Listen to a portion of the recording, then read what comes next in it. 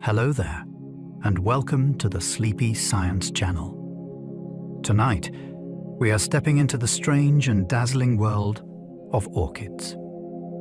At first glance, they may seem like just another flower in a bouquet. But on deeper inspection, they begin to reveal nature's hidden genius. Orchids can deceive insects, collaborate with mushrooms, cling to treetops, and survive in extreme environments where no other flowers exist. Some are tiny enough to hide inside moss. Others unfurl blooms so unusual that they seem to be almost alien. This is a story of elegance, invention, and survival. It is a story shaped by rainforests, mountain mist, strange creatures, and millions of years of evolution. As we embark on this journey, the ordinary idea of flowers will begin to fade away, replaced by something far stranger, more intricate, and more captivating than most of us ever imagine. If you enjoy these gentle journeys, I invite you to like, subscribe, or share a thought below. It helps others find their way here too, one sleepy soul at a time. But for now, all you need to do is relax. Let your body soften. Allow your eyes to grow heavy. And as your mind begins to gently unwind, join me as we wander into this hidden world together. Let's begin. Some orchids can trick insects without offering any nectar. Many flowers pay visiting insects with a sugary reward, which makes the relationship feel fair and straightforward. Some orchids take a far stranger path. They lure a pollinator in with color, shape, scent, or a carefully staged illusion, then send it away hungry after the job is done. To an insect, that flower may seem like a promising source of food, a useful shelter, or the same kind of blossom that provided a reward somewhere else. The deception can be so effective that the visitor lands, probes, and leaves carrying pollen without realizing it was fooled. This is part of what makes orchids so captivating. They do not rely on beauty alone. They use performance.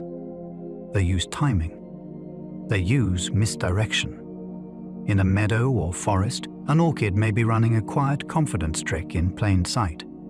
That turns a simple bloom into something much more dramatic, almost like a living puzzle shaped by evolutionary pressure. Vanilla comes from the seed pods of an orchid. One of the most familiar flavors in the world begins with a climbing orchid that would look perfectly at home in a tropical forest. Vanilla does not come from a tree, a bean bush, or a spice shrub. It comes from a vine with pale flowers that open for only a short time. If pollination succeeds, the plant produces long green pods, which people often call beans, even though they are not true beans at all.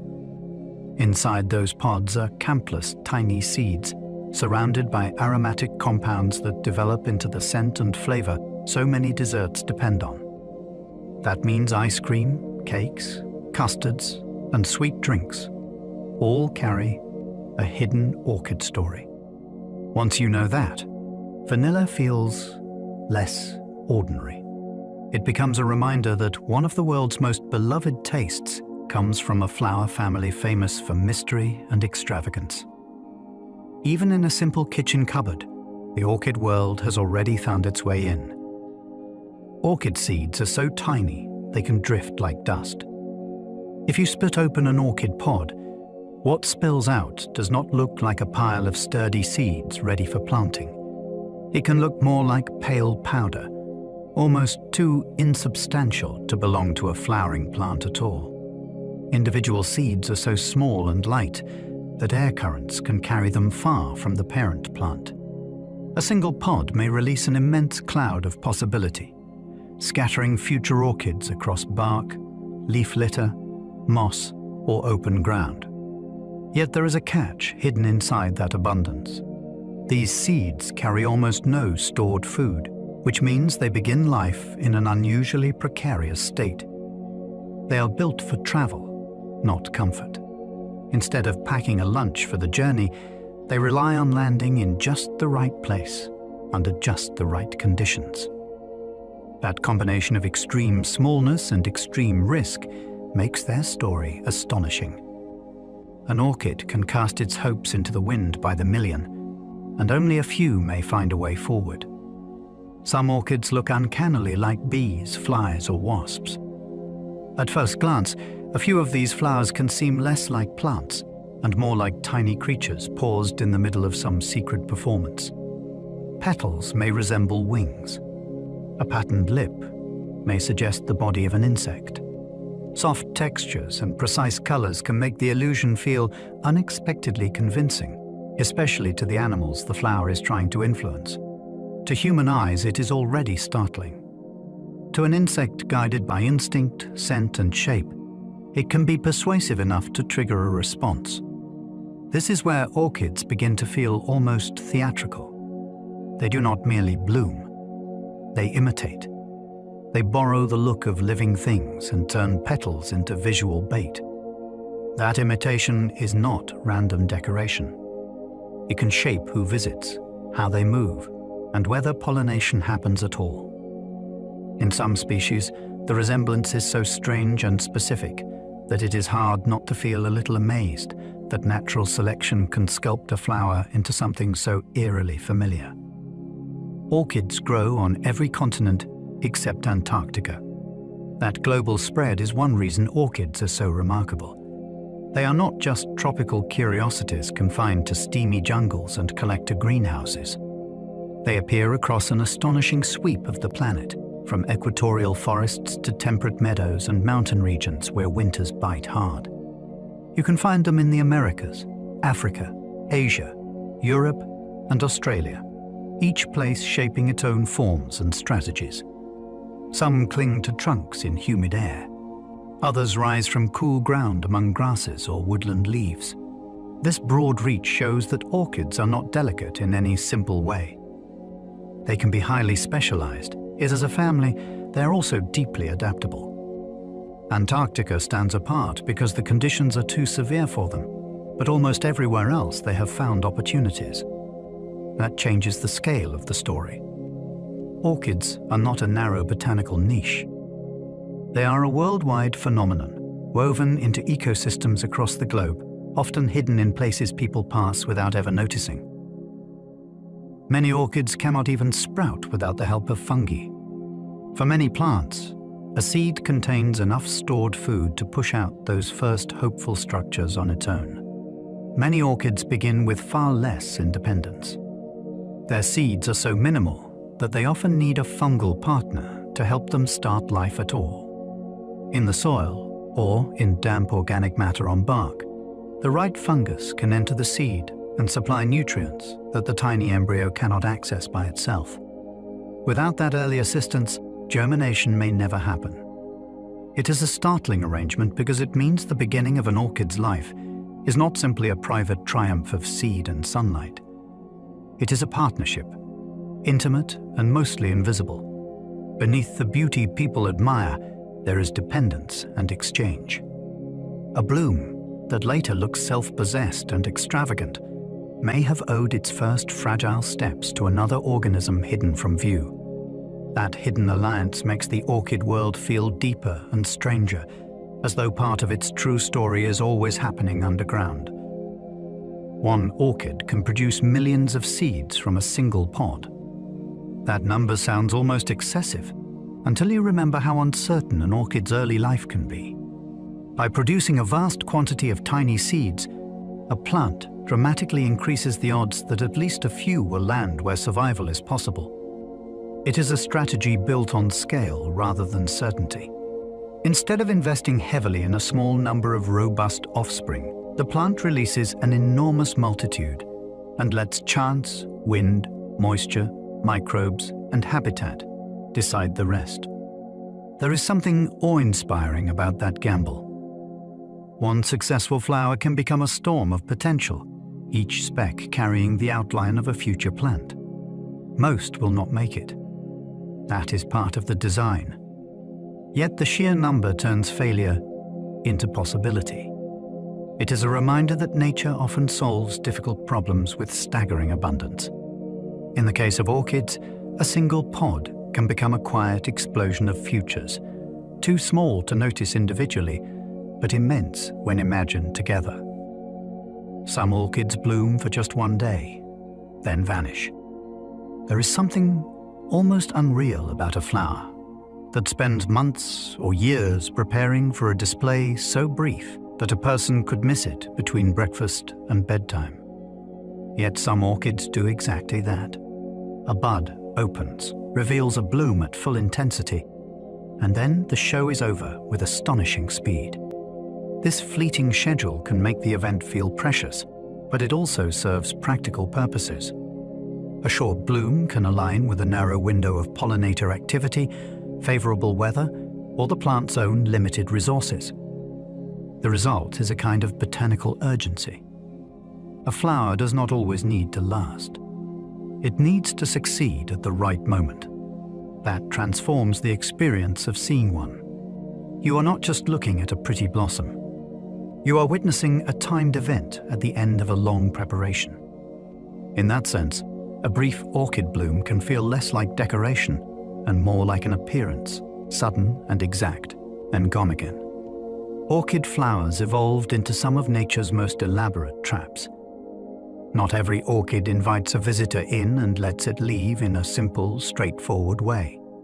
Some flowers guide insects with narrow passages, slippery surfaces, or carefully placed barriers that control where the animal can go. The visitor enters expecting food, shelter, or some other benefit, then finds itself funneled along a route that serves the plant's needs first. In some species, the path inward is easy, while the path out is highly restricted. That matters because pollen has to be attached to a very particular part of the body, or picked up from a very particular location, for the whole mechanism to work. These flowers are not traps in the dramatic sense of a snapping jaw. They are architectural traps, shaped by evolutionary fine-tuning. Their power lies in precision. A blossom becomes a corridor, a gate, or a one-way system. Once you realize that, an orchid flower stops looking passive. It starts to seem engineered, almost unsettlingly deliberate. The world's smallest orchids can fit on your fingertip. Some of the tiniest members of this family are so small that a person could overlook them, even while staring directly at them. Their flowers may be only a few millimeters across, which means an entire bloom can sit comfortably on the tip of a finger and still leave space to spare. In a rainforest, these miniature orchids do not dominate the scene. They hide in moss, on damp bark, or among films of moisture where the whole world seems scaled down. Up close, though, their smallness is not simplicity. Many still possess intricate lips, delicate petals, and highly specific forms, all compressed into a structure smaller than a coin. That is part of the wonder. Evolution did not reserve complexity for large and obvious things. It worked with the tiniest dimensions too. A flower can shrink toward invisibility, yet still carry elegance, precision, and a complete strategy for survival, all within the smallest imaginable frame. The largest orchid plants can weigh as much as a person. At the other extreme, some orchids become so large and heavy that they overturn every delicate stereotype attached to the group. Instead of a modest houseplant sitting politely on a windowsill, imagine a vast mass of stems, roots, and leaves building over the years into something dense enough to rival the weight of an adult human. These giants may spread across tree trunks or cultivated supports in thick clumps that seem closer to living architecture than to anything fragile. Their roots tangle and thicken. Their stems multiply. Their flowering displays can become immense, not because one bloom is enormous, but because the whole plant has accumulated such power over time. This scale is startling because it sits inside the same family as the fingertip species. The range feels almost unbelievable. Within orchids, you can move from miniatures so small they vanish in moss to sprawling botanical heavyweights that command space, effort, and admiration simply by enduring and growing. Some orchids spend years growing before a single bloom appears. Patience is written deep into the lives of many of these plants. An orchid may put all of its energy into roots, leaves, and storage structures for season after season, while giving no visible hint of the floral display a grower or wild observer is waiting for. To a person in a hurry, that can feel almost unreasonable. Yet from the plant's point of view, it is careful strategy. Blooming is expensive. It demands energy, water, timing, and favorable conditions. A premature display could waste precious resources if the season turns against it or pollinators fail to appear. So some orchids bide their time. They build strength quietly. They wait for the right moment. When a long-delayed flower finally opens, it carries the weight of all that hidden preparation. That delay changes how you see the bloom. It is not merely pretty. It is the visible end of an extended investment, a reward that may have taken years of restraint to reach daylight at last. Certain orchids live high in rainforest trees, not in soil. Many people imagine a flower as something rooted firmly in the ground, drawing life from earth beneath it. In tropical forests, that expectation falls apart. Countless orchids live perched on branches and trunks high above the forest floor, where light is stronger and air moves freely through the canopy. These plants are not parasites draining the tree. They use it as a place to live, almost like tenants taking up residence in an elevated neighborhood built of bark, rain, and drifting debris. Water arrives in bursts from storms, mist, and humid air. Nutrients may come from decaying leaves, dust, and organic scraps caught in crevices. It is a precarious address, exposed and vertical, yet orchids have made it work on a grand scale. Looking up into a rainforest canopy, you are not just seeing branches and leaves. You are seeing suspended gardens where flowers have left the ground behind and claimed a world in mid-air. Others grow directly from rocks in places that seem almost barren. Some orchids choose landscapes that look, at first glance, almost hostile to plant life. They anchor themselves into cracks in stone, where there is little obvious soil and where sun, wind, and rapid drying can make survival look improbable. These are not lush, forgiving environments. Water may arrive only briefly before running away. Nutrients are scarce. Temperatures can swing sharply across the day. Yet orchids find footholds in seams, pockets, and rough surfaces where a little moisture lingers just long enough. Over time, roots explore the rock face with astonishing persistence, turning a hard and unforgiving wall into a place where life can hold on. There is something deeply compelling about that image. A flower associated with refinement and beauty is also capable of living where the world seems stripped down to stone and weather. It reminds you that elegance in nature is not always softness. Sometimes it is endurance shaped into bloom. Some orchids survive in cool mountain mist near the snowline. Not all orchids belong to hot and steamy places. Some live in high mountain regions where clouds drag across the slopes, temperatures stay low, and snow may lie surprisingly close by. In those settings, the air can feel thin, cold, and wet all at once. Light may be intense when the sky clears, then vanish behind mist a moment later. For a plant, it is a demanding world of exposure and fluctuation. Yet certain orchids are built for it. They grow in sheltered crevices, among grasses, or in damp alpine habitats where moisture remains available even when warmth is limited. Their presence there expands the imagination. It means the orchid story reaches not only into tropical heat, but also into lofty places where breath shortens and weather turns suddenly. A bloom appearing near the snowline carries a different kind of marvel. It feels like proof that this family can follow beauty upward into conditions most people would never associate with orchids at all. A few orchids thrive in swamps, bogs, and wet meadows. There are orchids that prefer places where the ground gives underfoot, where water gathers, and where the air above the earth feels heavy with moisture. In swamps and bogs, roots must cope with saturated conditions, that many plants would find suffocating. In wet meadows, seasonal flooding can reshape the whole rhythm of life. Yet some orchids flourish there, rising from grass or moss with flowers that seem almost improbable against such soft and waterlogged ground. These habitats can look peaceful from a distance, but they are full of hidden pressures. Water chemistry matters. Drainage matters. The balance of surrounding species matters. An orchid in a bog is not simply tolerating wetness. It is part of a finely tuned ecological arrangement. That makes the sight of one all the more compelling. In a place where boots sink and mist hangs low, a flower appears that is neither accidental nor fragile. It is perfectly suited to a landscape many people would underestimate.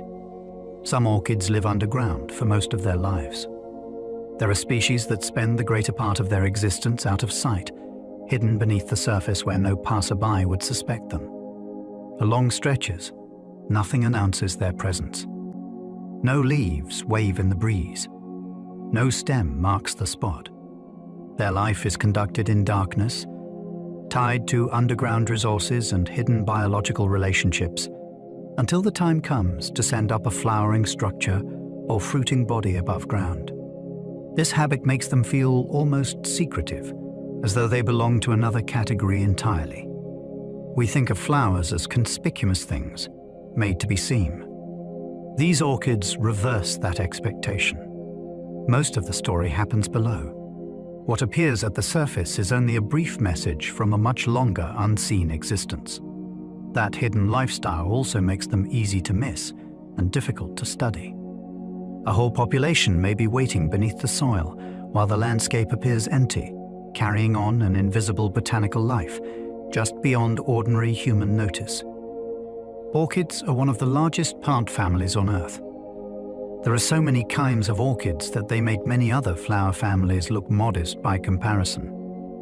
Scientists have described roughly 28,000 species, and new ones still appear in forests, grasslands, and mountains, where people thought the botanical story was already known. That means this single family contains more species than all birds, and more than all mammals, by a tremendous margin. Once you notice that scale, orchids stop seeming like rare decorative houseplants and start looking like one of the great success stories of life on land. They are not confined to one climate, one shape, or one style of survival. They have spread into steamy canopies, windy cliffs, dim woodland floors, and cloud-soaked slopes. When you say the word orchid, you are not naming one familiar kind of flower. You are opening the door to an immense world that has been diversifying for ages.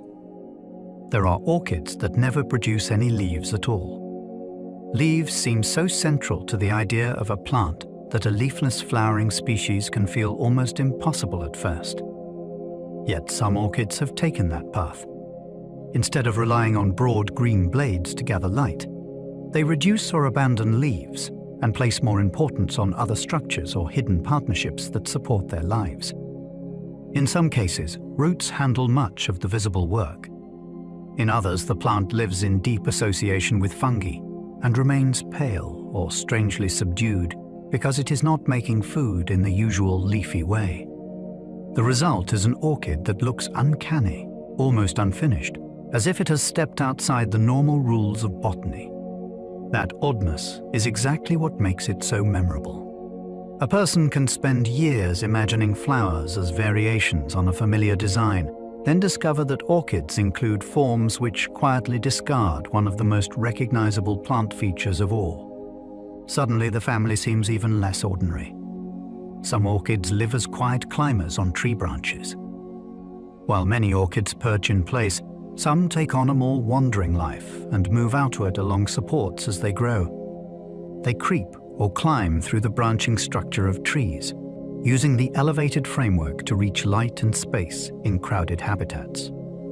This gives them a very different presence from compact species that stay in one tight cluster. A climbing orchid can trace a path through the canopy, extending itself over time like a living line drawn across bark and wood. That growth habit changes the rhythm of the plant. It is not just settling into a perch. It is exploring. It is advancing. Each new section can root, leaf out, and prepare future blooms farther along the branch. In a forest, that means the plant becomes part of the architecture around it, almost weaving itself into the tree's shape. Once you picture that, the orchid world feels more dynamic. Some members are not static ornaments at all. They are slow botanical travelers. Orchid roots can photosynthesize when exposed to the light. Most people think of roots as hidden organs that stay underground, pale and invisible, while leaves do the visible work of gathering light. Many orchids overturn that expectation completely. Their roots may spill over pots, creep across bark, or hang in the open air where sunlight can reach them directly. When that happens, the roots themselves can help make food for the plant. Green tissue beneath the outer surface contains chlorophyll, which means these roots are not merely anchors or drinking straws. They are part of the energy system. This gives the whole plant a different character. It is as if the line between root and leaf has become more fluid.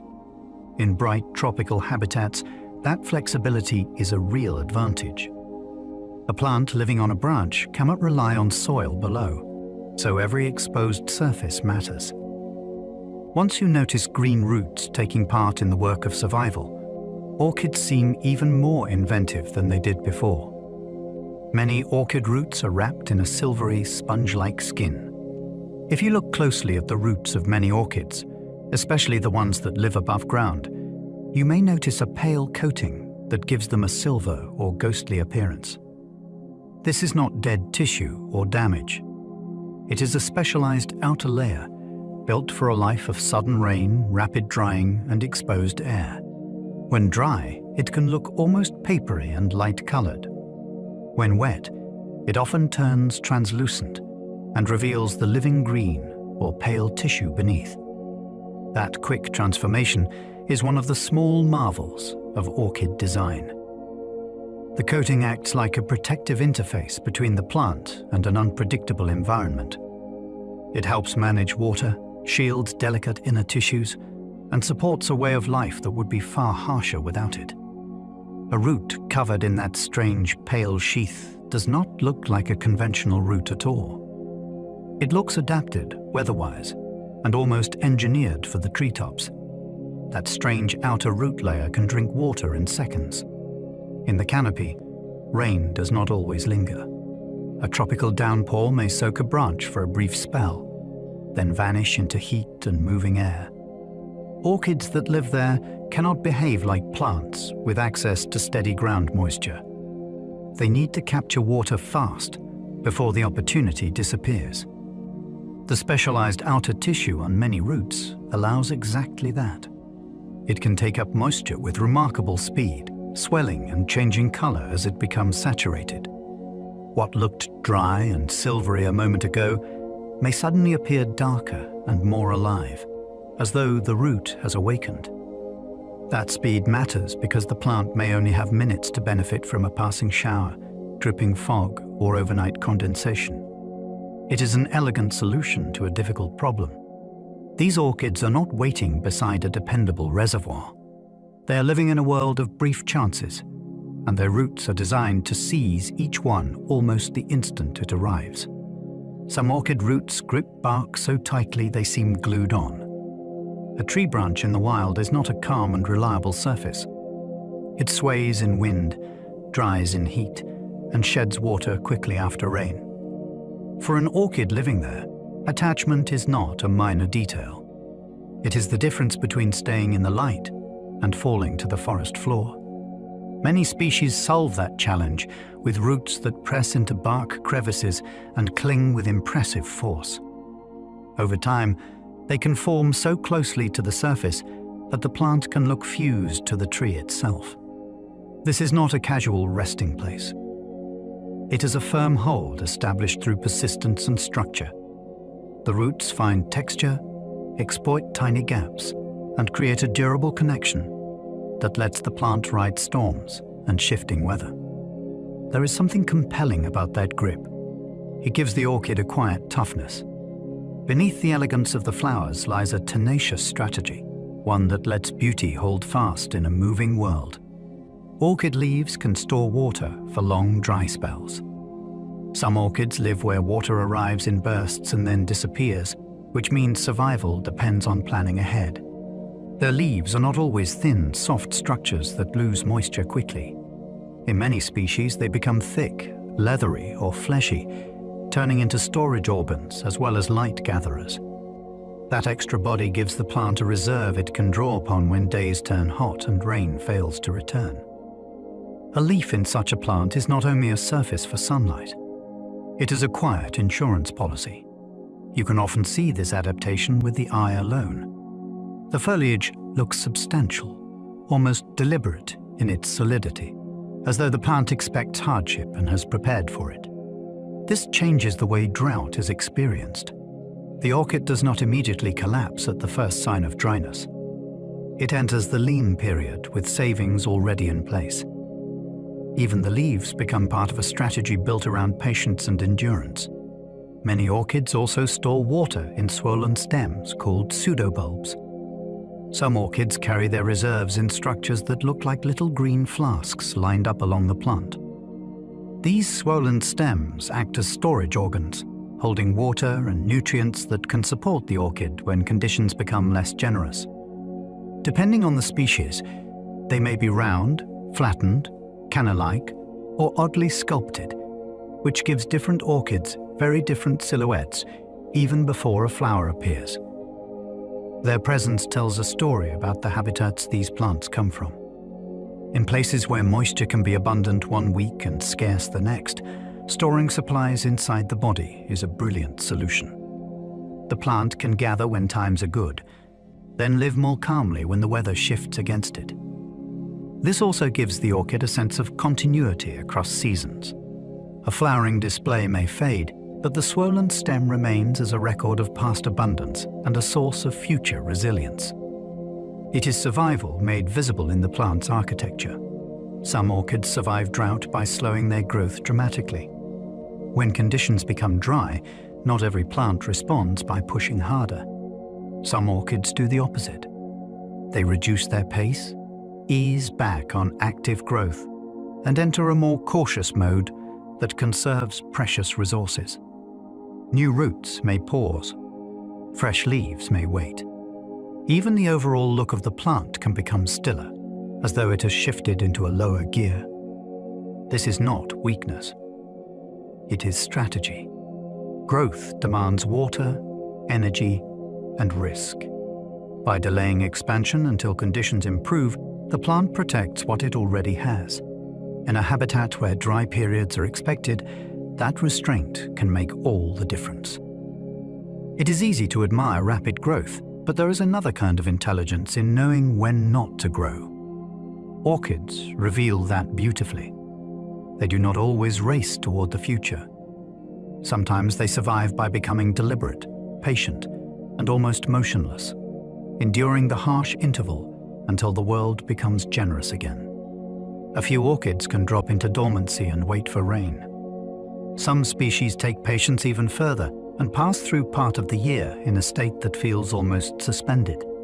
Leaves may yellow and fall. Visible growth may disappear or shrink back so thoroughly that the plant seems to have retreated from the world. To an untrained eye, it can look finished. In truth, it is waiting. Hidden tissues remain alive, holding the memory of the plant until rain, humidity, or a seasonal shift signals that it is time to begin again.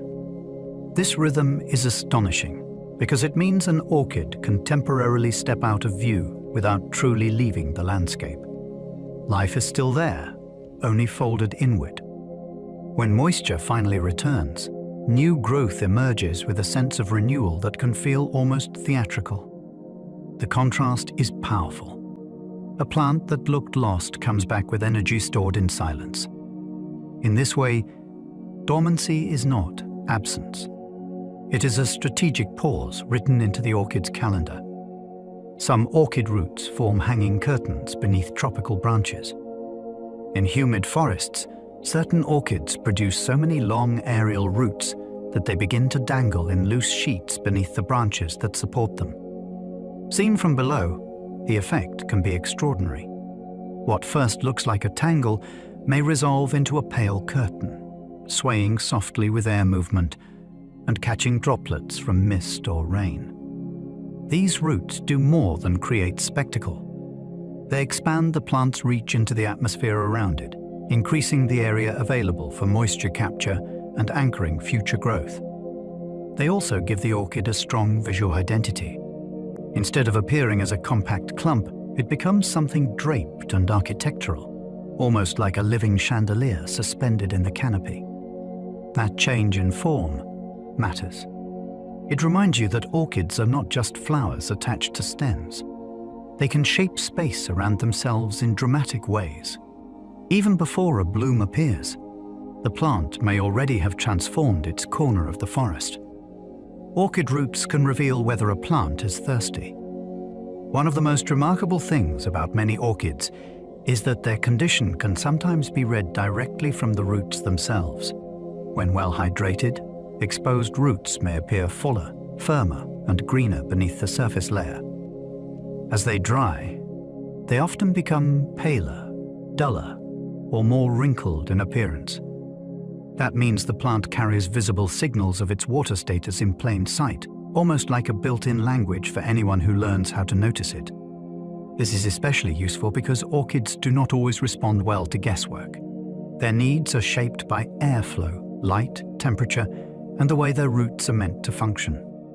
Watching the roots brings you closer to the plant's actual condition rather than a rigid schedule. There is something intimate about that. You are not just watering a flower. You are learning to read a living organism through subtle changes in color, fullness, and texture, as though it is quietly telling you what it needs. Orchid flowers are built with astonishing left and right symmetry. If you imagine drawing a line straight down the middle of many orchid flowers, the two sides often mirror each other with remarkable precision. That balance is not just pleasing to the eye.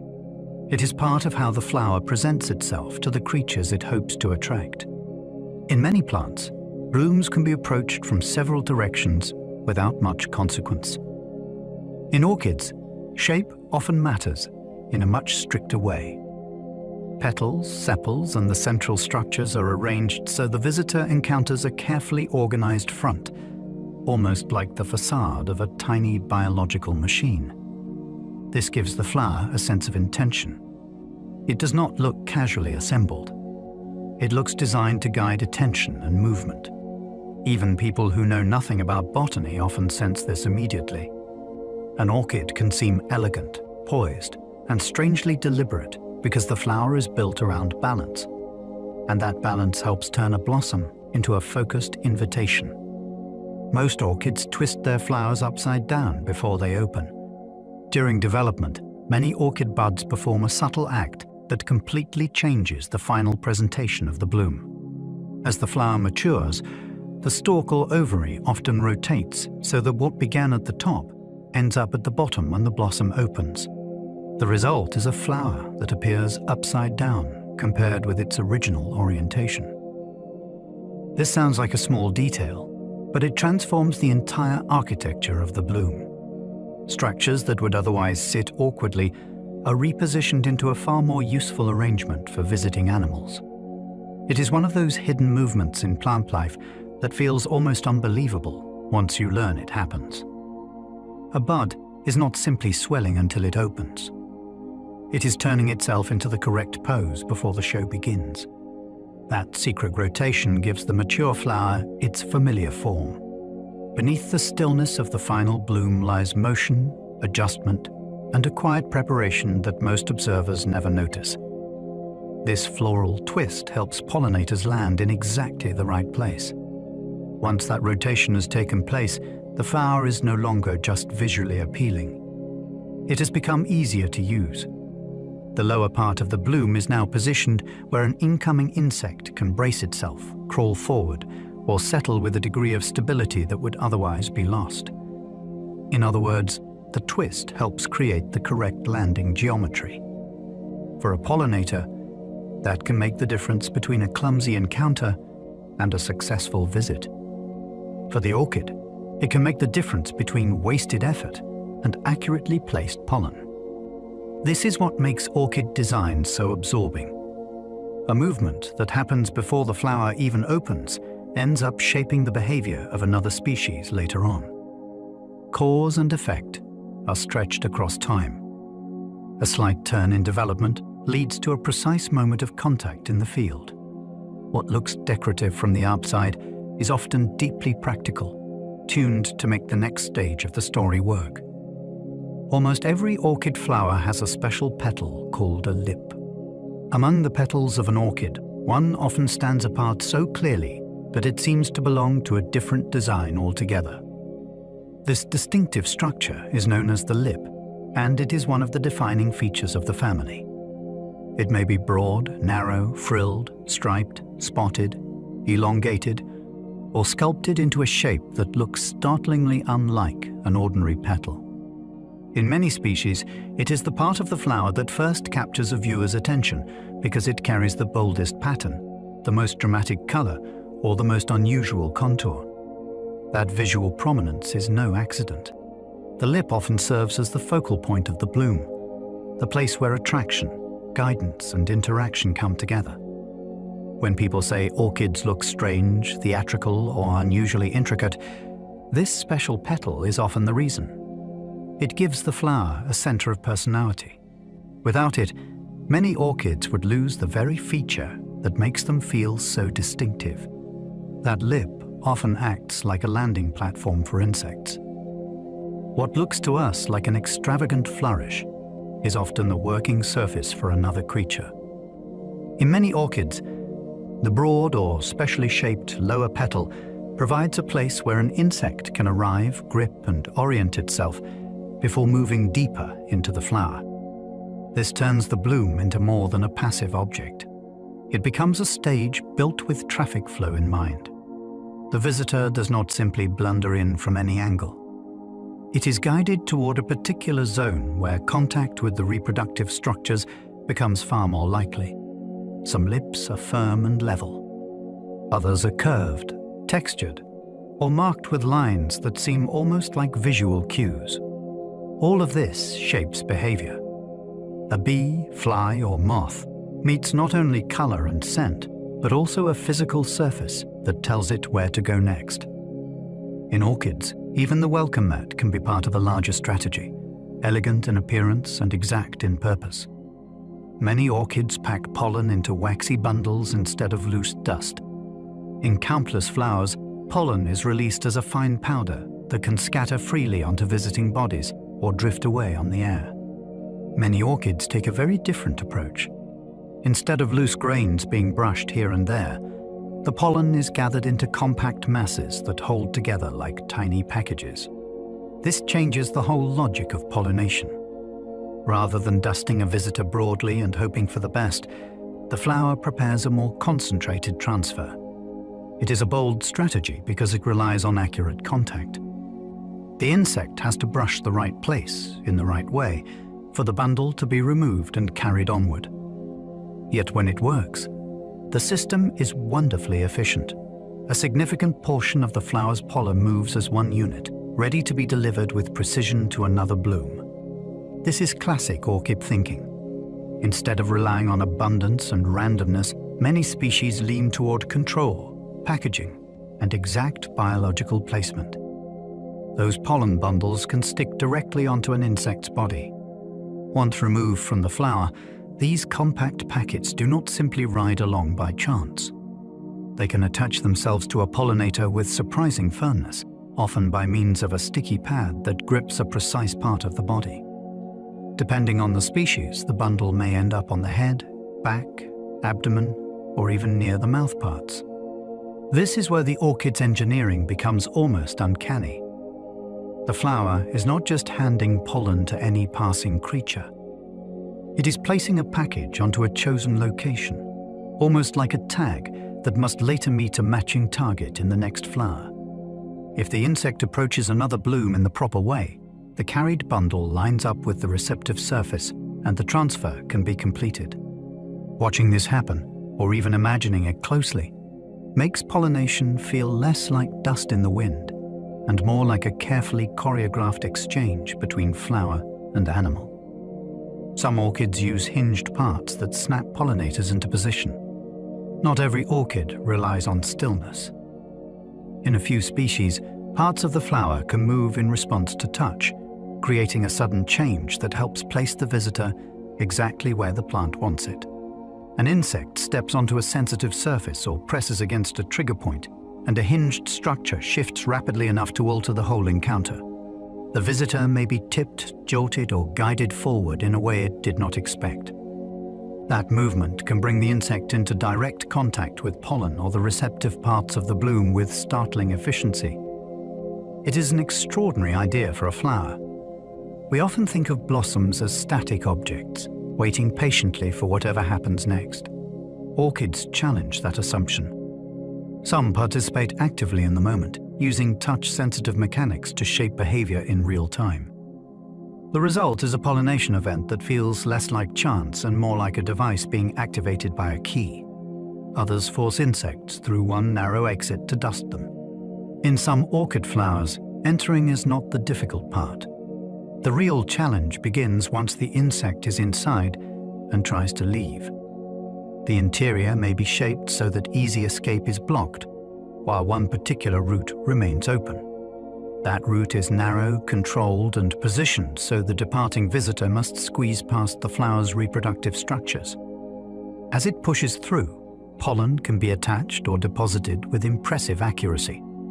This turns the bloom into a one-way passage rather than a simple open chamber. The insect's own effort to get free becomes part of the orchid's design.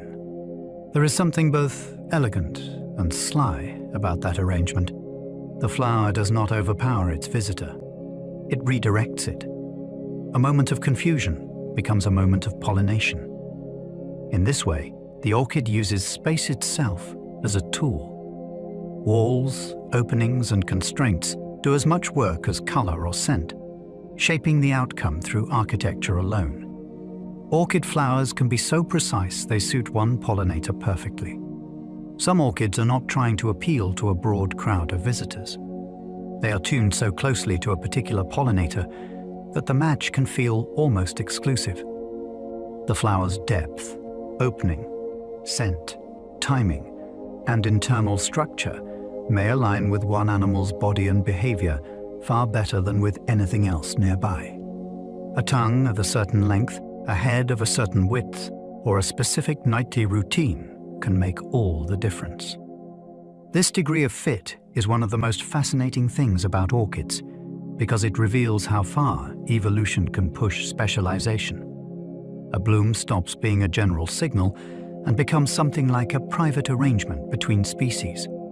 That intimacy carries risk because dependence on one partner can leave a plant vulnerable if that partner declines. Yet it also produces some of the most extraordinary designs in the natural world. Precision becomes beauty, and beauty becomes an ecological relationship shaped almost to perfection. Some orchids imitate female insects in shape, scent, and texture. Among the strangest strategies in the orchid world is the decision not merely to attract an insect, but to impersonate one.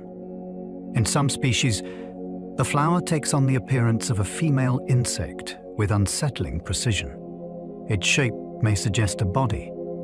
Its surface may feel velvety or plush in ways that echo an insect's exterior.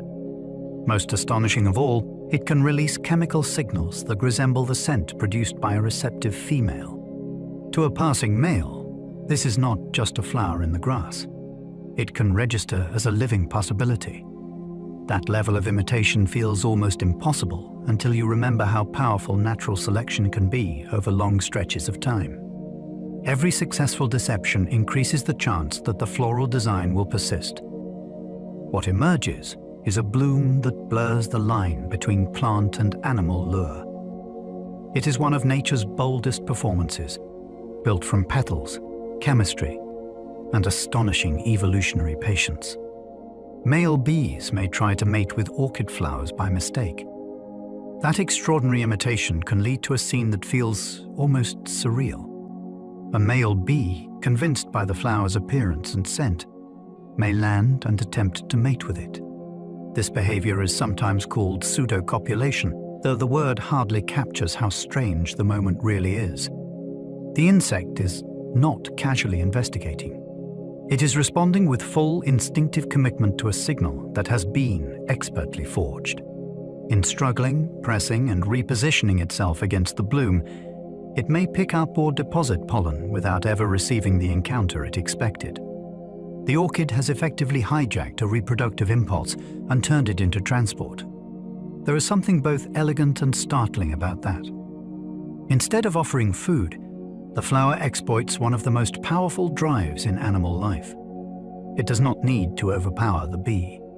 It only needs to persuade it for a few crucial seconds. Those seconds are enough to keep the plant's lineage moving forward. Some orchids smell like rotting meat to attract flies. Beauty in orchids is not always sweet, delicate, or conventionally lovely. Some species go in the opposite direction and produce odors that people often find revolting.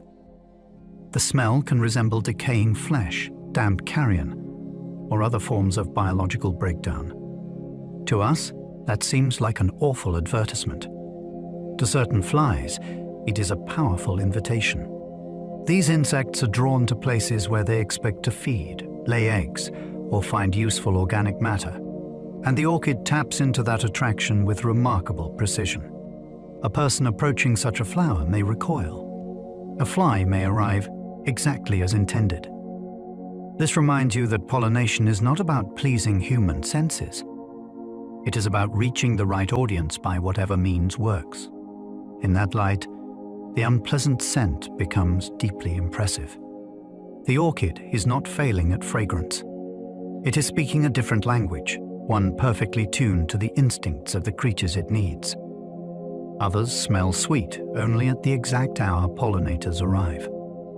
Some orchids do not waste their perfume on the empty air.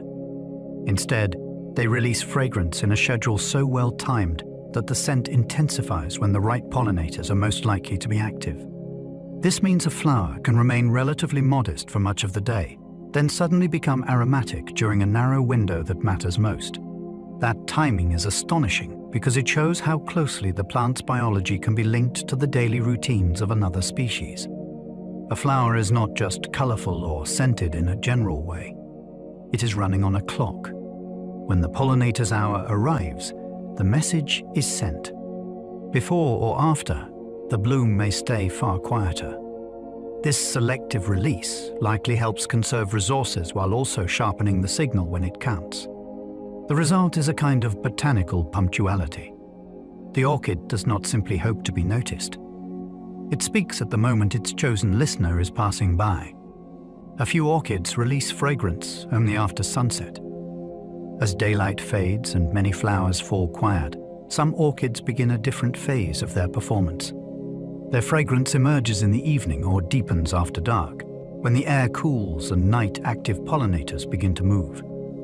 In daylight, such a bloom may seem almost restrained. By night, it becomes communicative. This shift changes the emotional feel of the flower entirely. It is no longer part of the bright daytime chorus of color and scent. It belongs to the evening world, where smell can travel through darkness long before a pollinator sees the bloom itself. That timing is a reminder that many important biological encounters happen while people are sleeping. Forests, gardens, and tropical edges can host quiet nocturnal dramas led by flowers that wait until sunset to make themselves known. An orchid that perfumes the night feels mysterious for good reason. Its true audience arrives under dim skies, and it has evolved to greet that audience on time. Night-blooming orchids often rely on moths with very long tongues. Many moth-pollinated orchids are built for visitors that do not hover over blossoms casually, but approach with specialized mouthparts capable of reaching deep into narrow floral tubes. A long-tongued moth can access nectar that shorter-tongued insects cannot reach, which immediately narrows the field of possible partners. This creates a fascinating match between anatomy and architecture. The flower can hide its reward at the far end of a long passage, ensuring that only a certain kind of visitor can get to it. As the moth feeds, its head or body brushes the structures needed for pollen transfer. In darkness, scent guides the approach, but shape determines success. There is something magical about this invisible fit between a moth moving through the night and a flower waiting in stillness. One has evolved a feeding instrument of extraordinary reach. The other has evolved a floral depth that makes use of it. Together, they form a partnership that feels almost secret. Some orchids offer real nectar, but many are expert deceivers. Across the orchid family, there is no single rule about honesty. Some species genuinely reward visitors with nectar and take part in a straightforward exchange. A pollinator arrives, feeds, and in the process carries pollen onward. Other species have discovered that they can get the same transport without paying the same price. They advertise food, imply food, or resemble flowers that usually provide food, yet offer nothing when the visitor arrives. This contrast is part of what makes orchids so endlessly compelling. Within one family, you find both cooperation and trickery. Some blooms operate like open shops. Others behave more like elaborate stage sets. A pollinator cannot always know which kind of encounter it is entering until it has already committed. For the orchid, that uncertainty can be useful. Deception saves resources that would otherwise go into producing nectar. It is a risky approach, but when it succeeds, the plant gains an advantage by manipulating expectation rather than fulfilling it. Certain orchids trick pollinators with the promise of shelter. Food is not the only thing an insect may seek from a flower. Some are also looking for a place to hide from weather, escape danger, or settle for a period of rest. Certain orchids exploit that need by shaping their blooms like inviting chambers or protected spaces.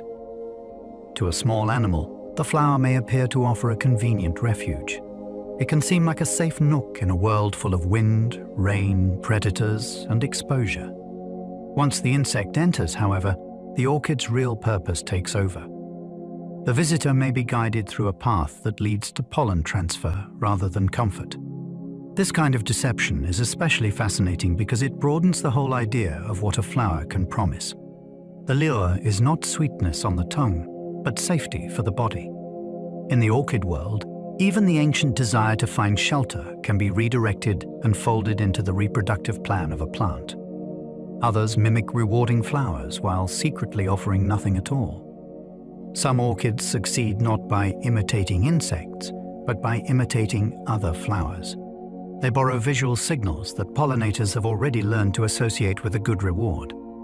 Color, shape, and general presentation may resemble nectar-producing neighbors closely enough that a passing insect assumes the same payoff awaits here as well. That makes the orchid a botanical impersonator, slipping into a trusted pattern and benefiting from the reputation of someone else's honesty. It is a brilliant move because animals do not always inspect every bloom from scratch. They often rely on quick judgments shaped by previous experience. The orchid takes advantage of that mental shortcut. The pollinator lands with expectation, explores, and may leave empty-handed, but still carrying pollen. This gives the flower a parasitic relationship with perception itself. It profits from the insect's learned optimism. In that moment, the orchid is not just part of the floral crowd. It is a counterfeit tucked among the genuine articles. One pollination visit can succeed or fail with astonishing precision. In many orchids, everything depends on a narrow sequence of movements going exactly right. A visitor may arrive at the correct flower on the correct day, drawn by the correct scent, yet still leave without completing the plant's purpose if its body angle is wrong or its path through the bloom is slightly off. That level of precision makes each encounter feel almost suspenseful. Success is possible, but it is never guaranteed. The flower may be built so specifically that only one posture or one root allows the pollen to meet the right structure. A slight misstep can mean the difference between reproduction and nothing at all. This is what gives orchids such dramatic tension. Their beauty often hides a system with little room for error. The stakes are high because the mechanism is refined. When it works, the result seems elegant and effortless. When it fails, the whole opportunity may vanish until the next visitor arrives, if one arrives at all. Darwin predicted an orchid pollinator before anyone had seen it. In the 19th century, Charles Darwin examined a Madagascar orchid whose structure seemed to point toward an animal that nobody had yet documented. Rather than treating the flower as a curiosity, he read it like evidence. The bloom possessed a nectar spur of such unusual depth that any successful pollinator would need an extraordinarily long feeding organ to reach the reward. From the flower alone, he inferred the existence of a matching creature. That is what makes this episode so memorable. It was not a lucky guess in the ordinary sense. It was a prediction drawn from anatomy, function, and the logic of natural selection. A flower became a clue to an unseen animal. That idea still feels thrilling because it shows how much biological history can be hidden inside form. The orchid was not merely beautiful. It was a message from evolution, and Darwin understood that the message pointed outward to another species waiting to be found. He studied a flower with a nectar tube of extraordinary length. The orchid at the heart of this story was Angraecum sesquipedale, a star-shaped species from Madagascar with a nectar-bearing spur that astonished anyone who saw it. That long tube was not a decorative flourish. It created a very specific challenge. Nectar sat deep within the structure, far beyond the reach of ordinary insects. To feed successfully, a pollinator would need a tongue long enough to reach the hidden reward, while also brushing the flower in the right way. Darwin recognized that the length of the spur was not meaningless excess. It was part of the functional relationship. The flower had been shaped in response to some equally remarkable partner. This is one of the most captivating things about orchids. A single structure can hold a whole mystery inside it. Looking at that unusual blossom, Darwin was not simply admiring rarity. He was confronting a biological question written in living form. Years later, a matching moth was finally discovered. The remarkable insect that seemed to exist only as a prediction did, in time, come into view. A hawk moth with an exceptionally long proboscis was later identified as the pollinator capable of reaching the nectar deep inside Darwin's orchid. The match was so striking that it gave the earlier inference lasting scientific drama. Here was the animal the flower appeared to demand. Its feeding organ was long enough to access what most visitors could not, and in doing so, it could carry out the pollination the orchid required. The story endures because it feels like a natural history detective case that resolved across decades. A flower posed the riddle. Careful reasoning proposed the answer. Later, evidence confirmed that the answer was real. Even now, that sequence has an almost cinematic quality. It reminds us that in biology, extreme structures are often not accidents. They can be signs of hidden partners and relationships that wait patiently to be discovered. That famous prediction became one of evolution's most elegant stories. What gives this episode such lasting power is not only that the prediction was correct, but that it captured a core evolutionary idea in one vivid example. A flower and an animal appeared, linked by reciprocal demands. The orchid's deep nectar spur suggested a moth with unusual reach, and the existence of such a moth made sense of the flower's extraordinary form. In one relationship, people could glimpse adaptation, specialization, and the shaping power of natural selection. That is why the story is told again and again. It is simple enough to grasp quickly, yet deep enough to reward long reflection. A blossom from Madagascar became a living argument that species are not fixed decorations in the world. They are historical outcomes, altered by interaction over immense spans of time. Few scientific stories manage to be this precise and this memorable at once.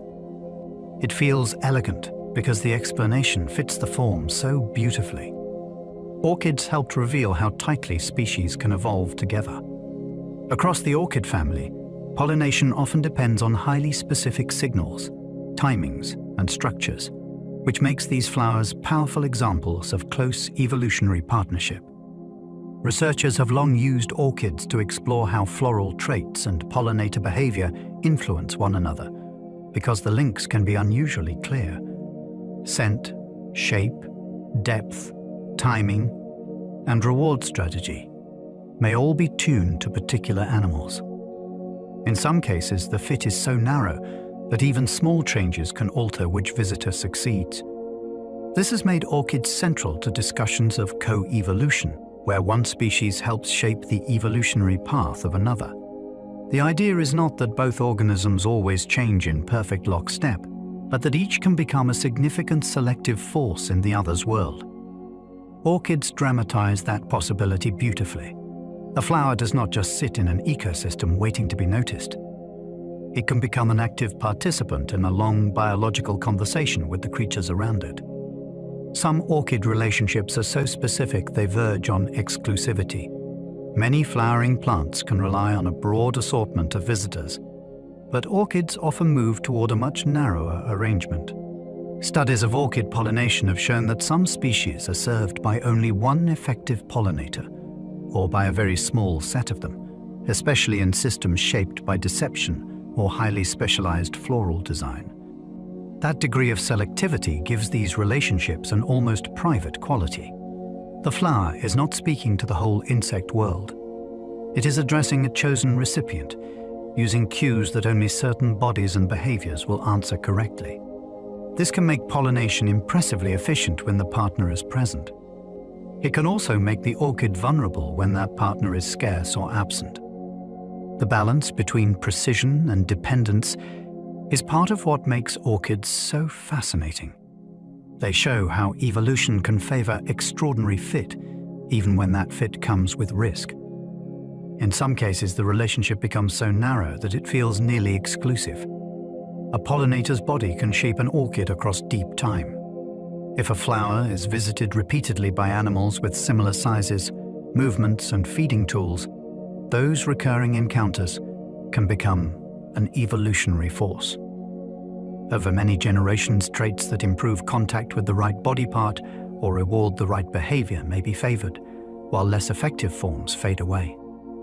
In orchids, where pollination can depend on remarkable precision, this shaping influence can be especially strong. The length of a nectar spur, the position of pollen, the curve of a petal, or the timing of scent release may all reflect long histories of interaction with particular pollinators.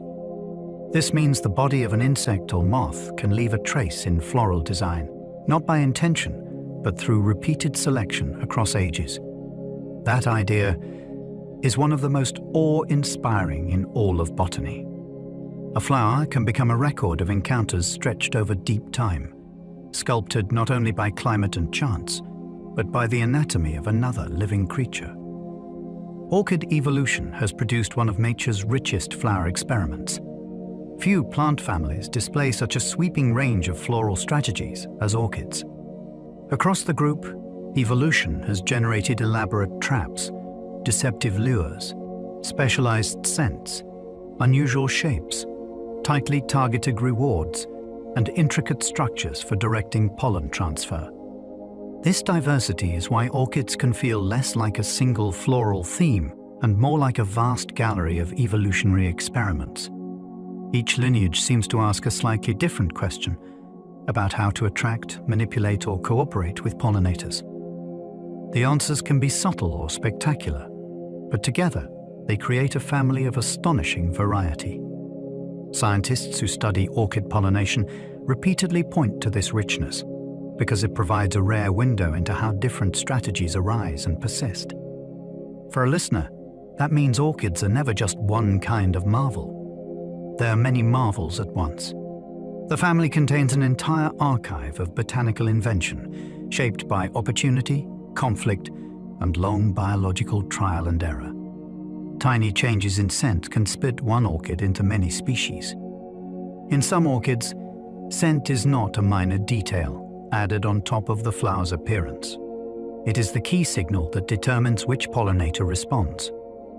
Research on orchid pollination has shown that relatively small shifts in floral odor chemistry can redirect attraction from one insect species to another. Once that happens, gene flow between plant populations may be reduced because different pollinators begin carrying pollen along different routes.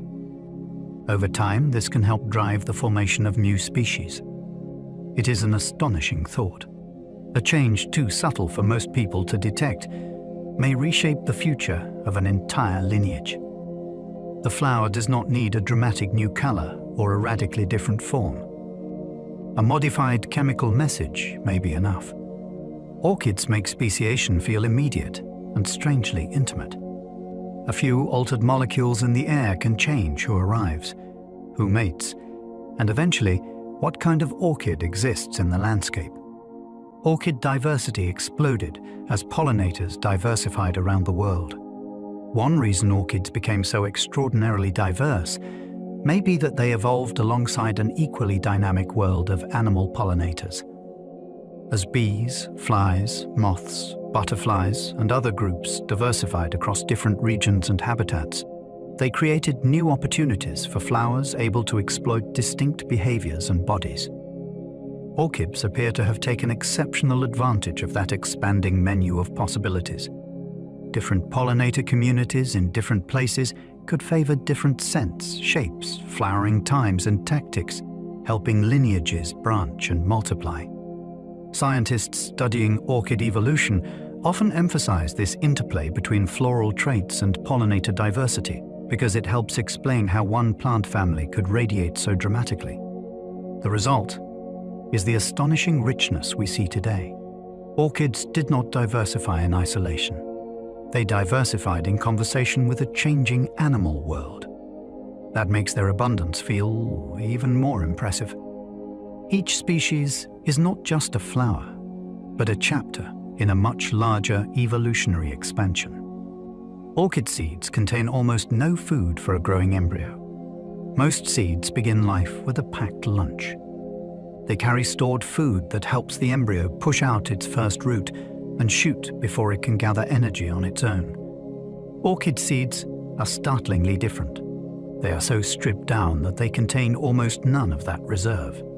Inside is a tiny embryo with almost no nutritional cushion, which makes the beginning of life far more precarious than it is for most flowering plants. This is one reason orchid reproduction feels so extreme. The plant produces vast numbers of seeds, but each one begins with almost nothing in hand. It is a gamble built on lightness, chance, and outside help. A listener might imagine a seed as a safe little capsule prepared for the future. In orchids, that comforting image breaks apart. The seed is more like a fragile possibility, launched into the world with astonishing economy and with very little stored support for what comes next. Because of that, many rely on fungi from the very start. Since so many orchid seeds begin life with almost no internal food, they often need help immediately after landing. That help comes from fungi in the surrounding environment, which can enter the developing seed and provide the nutrients needed to begin growth. It is an astonishing dependency because it means the orchid is not truly starting life alone. From the very first stage, another organism may be involved in making survival possible. This changes the whole emotional shape of the story. A seed drifting through the air can seem independent and adventurous, but its future may depend on meeting the right hidden partner in the dark. Without that meeting, the journey ends before it truly begins. Orchids reveal that independence is not always the rule in nature. Sometimes a plant's first act is not self-sufficiency, but relationship. The beginning of the orchid life cycle is therefore not just botanical. It is ecological from the very first moment. Fungi can feed orchid seedlings before they make any leaves. Before an orchid seedling has unfolded leaves or begun gathering light in the usual way, it may already be receiving nourishment from fungal partners. At that stage, the young plant is still too undeveloped to function like a normal green seedling. It has not yet become the familiar orchid people recognize. Instead, it exists in an early hidden form, dependent on another organism to bridge the gap between seed and self-sustaining plant. That bridge is one of the most remarkable chapters in the whole orchid story. A seedling is being fed before it can truly feed itself. In effect, the fungus helps carry it through a vulnerable threshold in life. This makes orchid development feel almost like a rescue operation carried out underground or inside damp organic debris. Long before a bloom, and even before a leaf, there is a period of quiet support. It is a reminder that some of nature's most important exchanges happen well before anything visible appears. Some orchids depend on fungal partners for their entire lives. For certain orchids, the fungal relationship does not end after early development. It continues throughout life, which means the plant never becomes fully independent in the way many other green plants do. Even as it matures, it still draws crucial support through fungal connections in the soil or surrounding organic matter.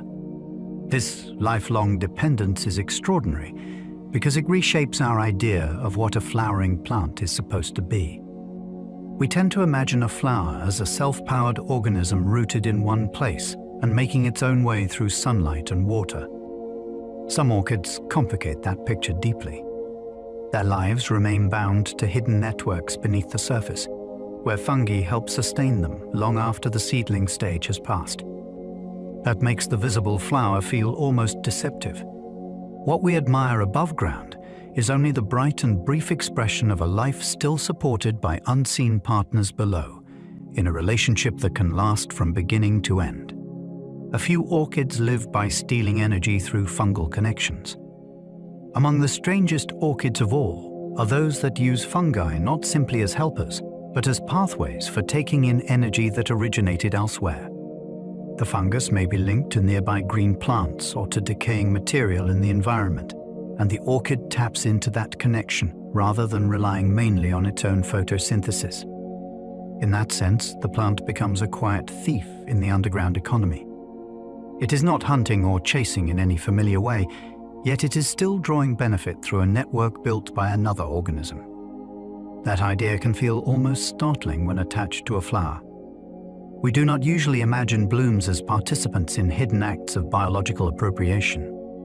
Orchids make us reconsider that. Beneath a woodland floor or within damp habitat, energy can move along unexpected routes. In a few species, the flower above is only the visible sign of a much stranger strategy unfolding out of sight, in darkness and silence. These orchids can survive without making much food themselves. Some orchids have reduced their reliance on photosynthesis so far that they make very little of their own food. They may be pale, brownish, yellowish, or otherwise subdued in color because they lack the rich green associated with active leaf-based energy production. Instead of investing heavily in making sugars from light, they live by drawing resources through fungal relationships. This gives them an eerie presence. They can look more like waxy woodland apparitions than familiar plants, as though they have stepped outside the standard rules of botany. Their existence is deeply fascinating because it shows how flexible life can become when a lineage finds another route to survival. A person might assume that a flowering plant must live mainly by sunlight. These orchids prove otherwise. They survive by leaning into a different system, one that is hidden, indirect, and dependent on biological partnerships. In doing so, they make the forest floor feel stranger and more interconnected than it first appears. Some woodland orchids bloom in deep shade because fungi help sustain them. Deep woodland shade can be a difficult place for flowering plants. Light is limited, the canopy filters much of the sun, and the forest floor can seem dim even at midday. Yet some orchids manage to bloom in these shadowed places, and part of that success may come from support gained through their fungal relationships. Instead of relying only on the thin and scattered light that reaches the understory, they gain access to another stream of resources below ground. This helps explain how a delicate blossom can appear in a place where photosynthesis alone might seem insufficient. The effect is almost magical when seen in the wild. a flower emerges from dim leaf litter where the light feels too sparse for such elegance. Once you understand the hidden partnership beneath it, the scene becomes even more compelling. The bloom is not defying the forest. It is participating in a deeper exchange that allows beauty to appear where little sunlight falls. Orchid survival often depends on invisible underground partnerships. When people admire orchids, they usually notice flowers, leaves, roots, and perhaps the dramatic habitats where the plants grow. What they do not see is often just as important. Beneath the soil or hidden in decaying bark and organic matter, fungal partners may be making the difference between life and death. These associations can support germination, early development, and in some cases, continuing nutrition. That means survival is not always written in the visible plant alone. It is written in relationships below ground, in a living network most observers would never suspect. This is one of the most awe-inspiring truths about orchids. Their beauty is connected to an invisible world of exchange, dependence, and biological negotiation. A bloom that seems solitary may in fact be the surface expression of a partnership stretching down into darkness. Once you know that, an orchid no longer looks like an isolated marvel. It looks like a visible node in a hidden living system. Without the right fungi, an orchid seed may never awaken. An orchid seed can arrive in a promising place, settle into moisture, and still fail to begin life if the necessary fungal partner is absent. That is how exact the requirement can be. The seed is not waiting only for water, warmth, and time. It may also be waiting for a specific biological encounter, one that unlocks the next stage of development. This makes orchid reproduction feel almost hauntingly uncertain. Even in the right habitat, success is not guaranteed. The future depends on something the eye cannot see and the wind cannot carry. A person might imagine that once a seed lands safely, its story is underway. In orchids, the deeper truth is that the story may still be on pause. The seed can remain a tiny, unopened possibility until the correct fungus appears. That hidden requirement adds tension to every dispersal event. Millions may travel, but only the few that meet the right partner can truly begin. An orchid's hidden life can begin long before any leaf appears. Long before a recognizable plant rises into view, an orchid may already be alive and developing in secret. After a successful encounter with the right fungus, the seed can enter an early stage in which it grows as a small, hidden structure before leaves or obvious roots appear. This means the orchid's life is underway well before it resembles the plant most people imagine. There is something deeply captivating about that unseen beginning.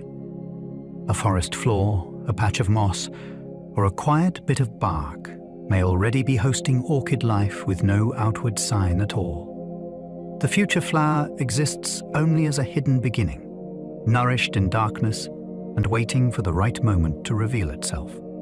That stretches the orchid story backward into a secret chapter. What later seems like a sudden appearance is really the continuation of a much older process.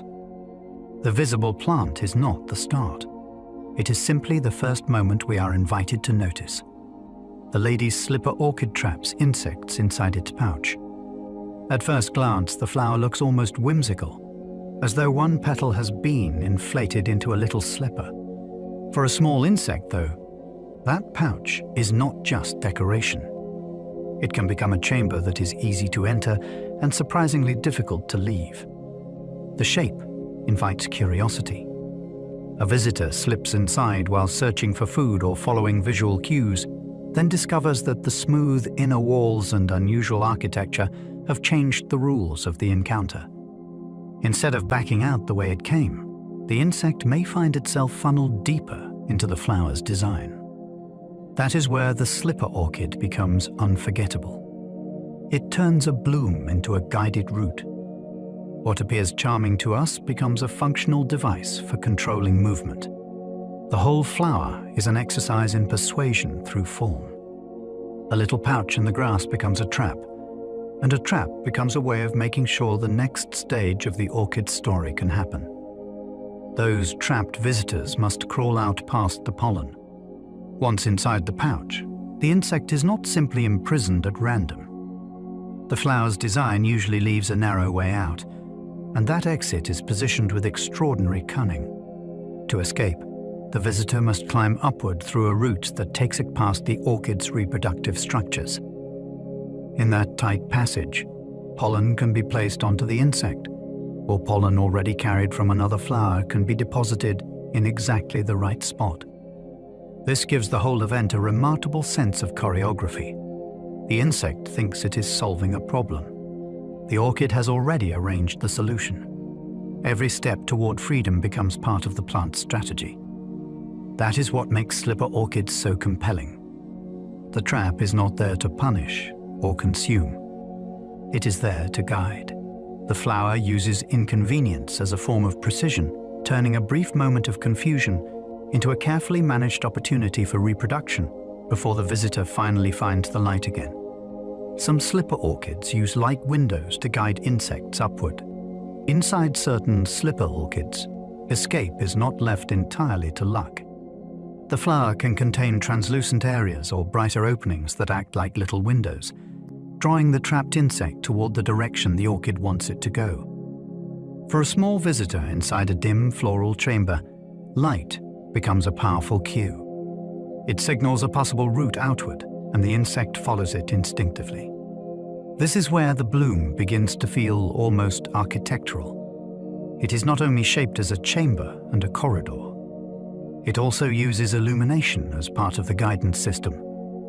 The insect climbs toward brightness, and in doing so passes through the narrow path required for pollen transfer. A person looking at the flower from outside may see beauty and odd shape. Inside, the insect experiences something more like a guided maze. That combination of form and light makes slipper orchids feel astonishingly sophisticated, as though the flower has learned how to direct traffic with a lantern. The monkey orchid's flower can resemble a tiny monkey face. Some orchids astonish not because of what they do to insects, but because of what they seem to show to us. The monkey orchid is one of the most memorable examples. Its flower can present a pattern so suggestive that people immediately see the face of a small monkey gazing out from the bloom. Dark eyes seem to appear. A nose seems to sit in the center. The whole effect can feel so clear that it is hard to believe it is the work of petals and floral parts rather than deliberate illustration. This resemblance is not evidence that the flower evolved for human amusement, yet it powerfully changes how people respond to it.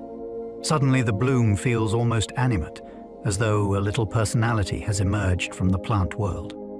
That is part of the enchantment of orchids. They can cross the boundary between botany and imagination with a single glance, making a flower feel startlingly like a face peering back. The bee orchid can look startlingly like a female bee. Few orchids demonstrate visual mimicry more memorably than the bee orchid. Its lip can be shaped, colored, and textured in ways that strongly suggest the body of a female bee. Brown, velvety surfaces, subtle markings, and a convincing outline combine to produce an effect that is startling even to human observers. To a male bee, guided by instinct and perception tuned for reproductive opportunity, the illusion can be powerful enough to trigger approach and contact. That makes this flower feel almost mischievous. It is not merely decorated in an insect theme. It is presenting itself as something biologically meaningful to the very creature it needs. The result is one of the most famous examples of floral deception in the natural world. A patch of grass can contain what looks like tiny bees perched among the stems, yet those forms are flowers carrying out a strategy shaped over time. In the bee orchid, imitation becomes both spectacle and survival. The dove orchid carries a shape that looks like a white bird. Inside the flower of the dove orchid, there is a structure so suggestive that people across generations have seen the image of a small white dove nestled within the bloom.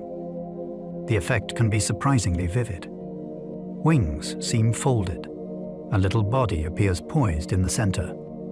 The resemblance gives the flower an almost ceremonial presence, as though the orchid is carrying a sculpture hidden inside its petals. This is one reason the species has become so beloved. It seems to contain a second image within the first, rewarding close observation with something that feels like discovery. Unlike strategies tied directly to pollination mechanics, this wonder belongs mainly to the human eye and imagination.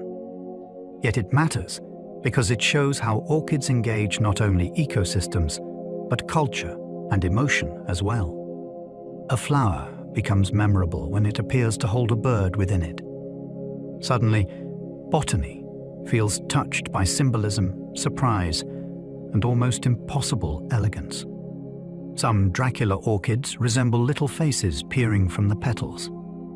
Dracula orchids are already striking because of their elongated sepals and often dark, dramatic coloring, but the most unsettling detail may be the sense that a face is looking out from the center. In some species, the arrangement of inner parts creates the impression of eyes, a nose, and a tiny expression framed by the surrounding floral structures. The result can feel playful, eerie, or oddly intimate, depending on the flower and the observer. This face-like illusion makes the bloom difficult to forget. It is as though the orchid has gathered shadow, pattern, and shape into something that seems almost aware. The name Dracula adds to that atmosphere, though the real marvel lies in the floral form itself. Orchids often seem theatrical, and these flowers carry that quality beautifully. They do not just bloom, they appear. A cool, damp cloud forest blossom suddenly seems to contain a hidden watcher, peering out from within the petals with uncanny calm. One orchid is famous for smelling strongly of chocolate.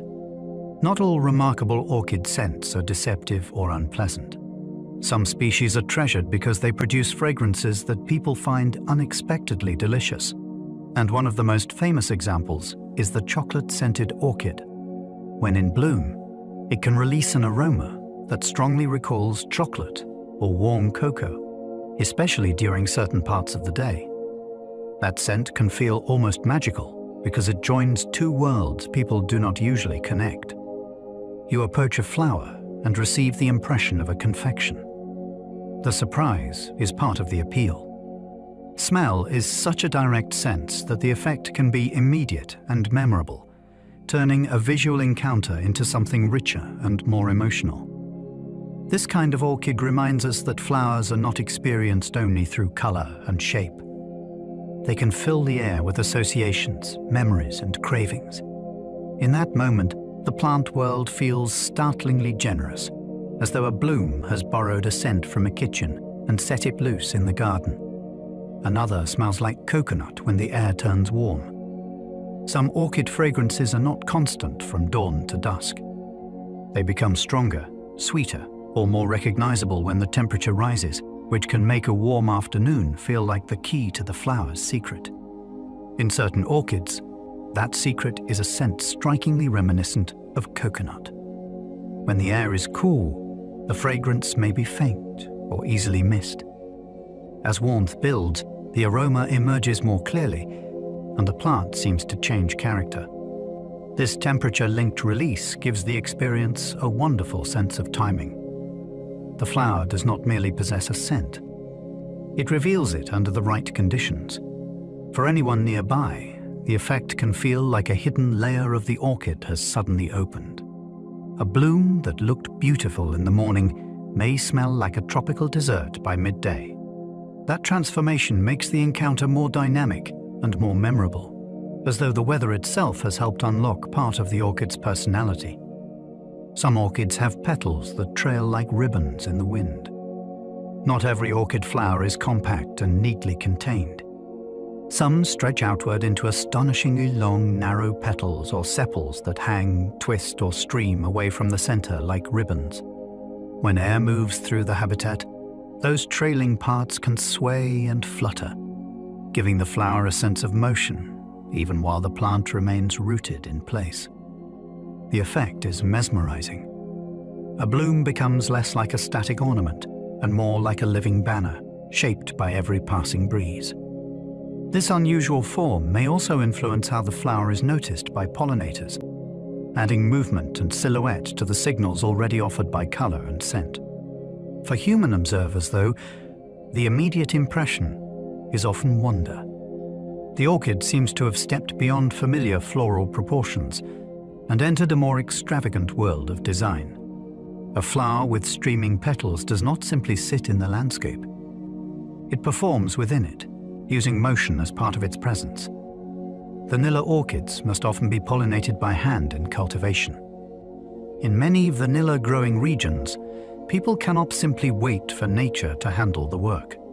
Instead, growers move from flower to flower and pollinate them by hand with careful, practiced motions. Each boom must be opened gently and manipulated with precision so that the pollen reaches the receptive surface inside. It is delicate work, and it turns a familiar flavor into something far more intimate and labor-intensive than most people ever imagine.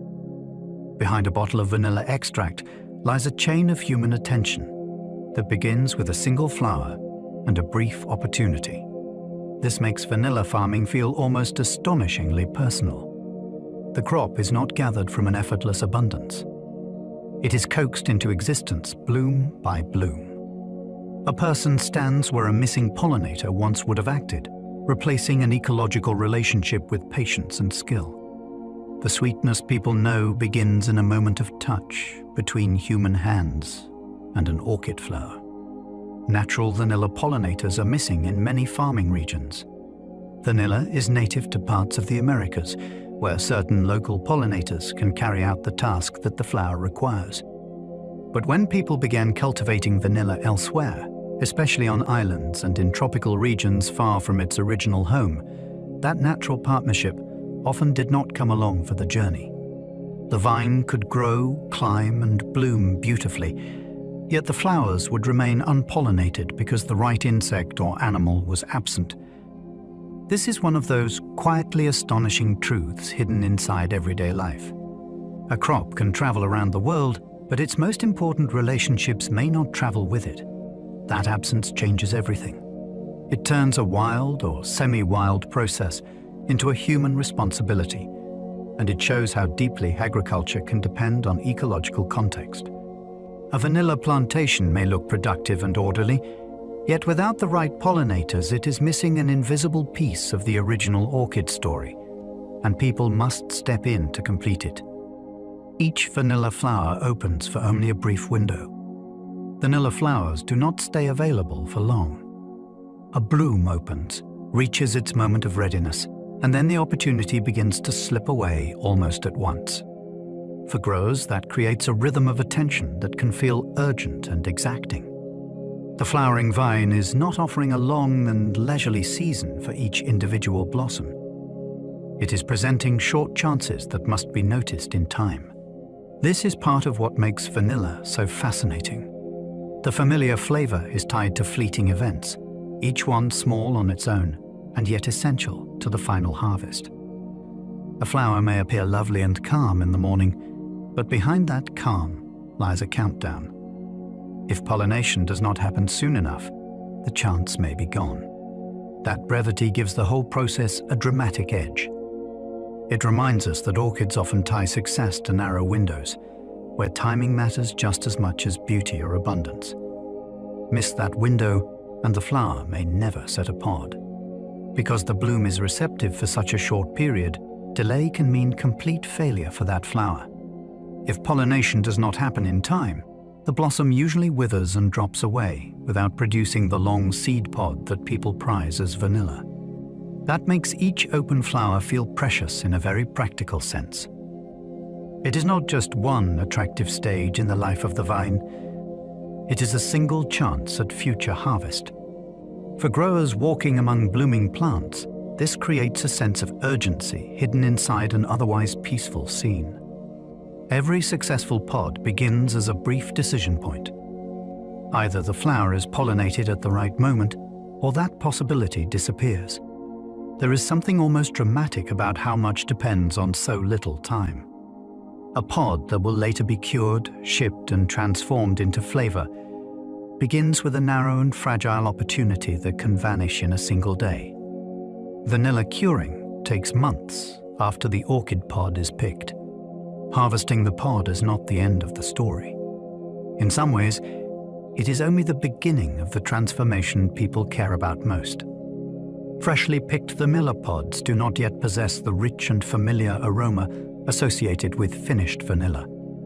They must pass through a long curing process that can stretch across months, during which the pods are treated, dried, sweated, and carefully conditioned.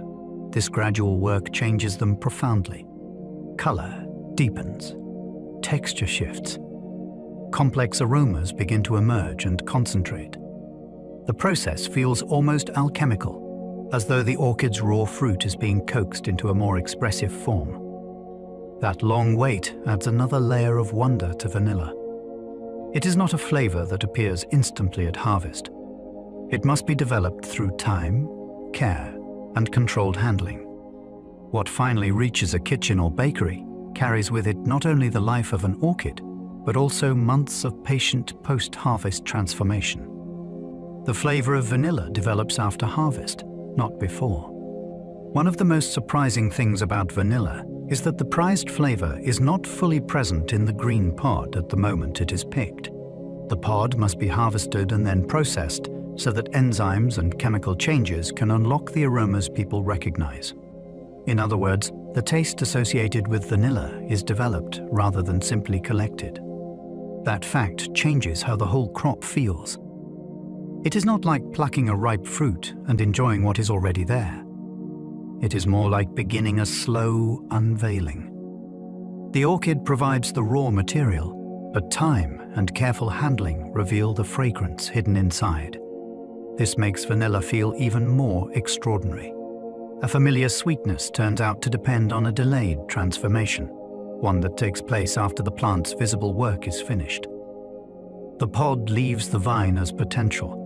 Only later does it become the deep, warm, unmistakable flavor that people know and love around the world. Orchid collecting once sparked an international craze called orchid fever. There was a time when orchids were not merely admired. They were pursued with a kind of fervor that swept across wealthy circles, nurseries, glasshouses, and private estates. Rare species became objects of obsession. Collectors longed for unusual shapes, strange colors, and exotic origins.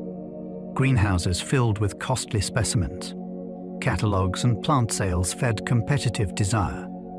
The whole phenomenon became known as orchid fever, and the name suits it well because the passion often went far beyond calm botanical appreciation. Orchids seemed to promise beauty, status, rarity, and a touch of the wild all at once.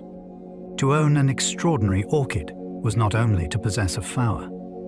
It was to take part in a global fascination fueled by empire, exploration, wealth, and taste. This period reveals something important about orchids. They do not only shape ecosystems, they can also seize the human imagination so completely that people reorganize money, effort, and ambition around the pursuit of a bloom.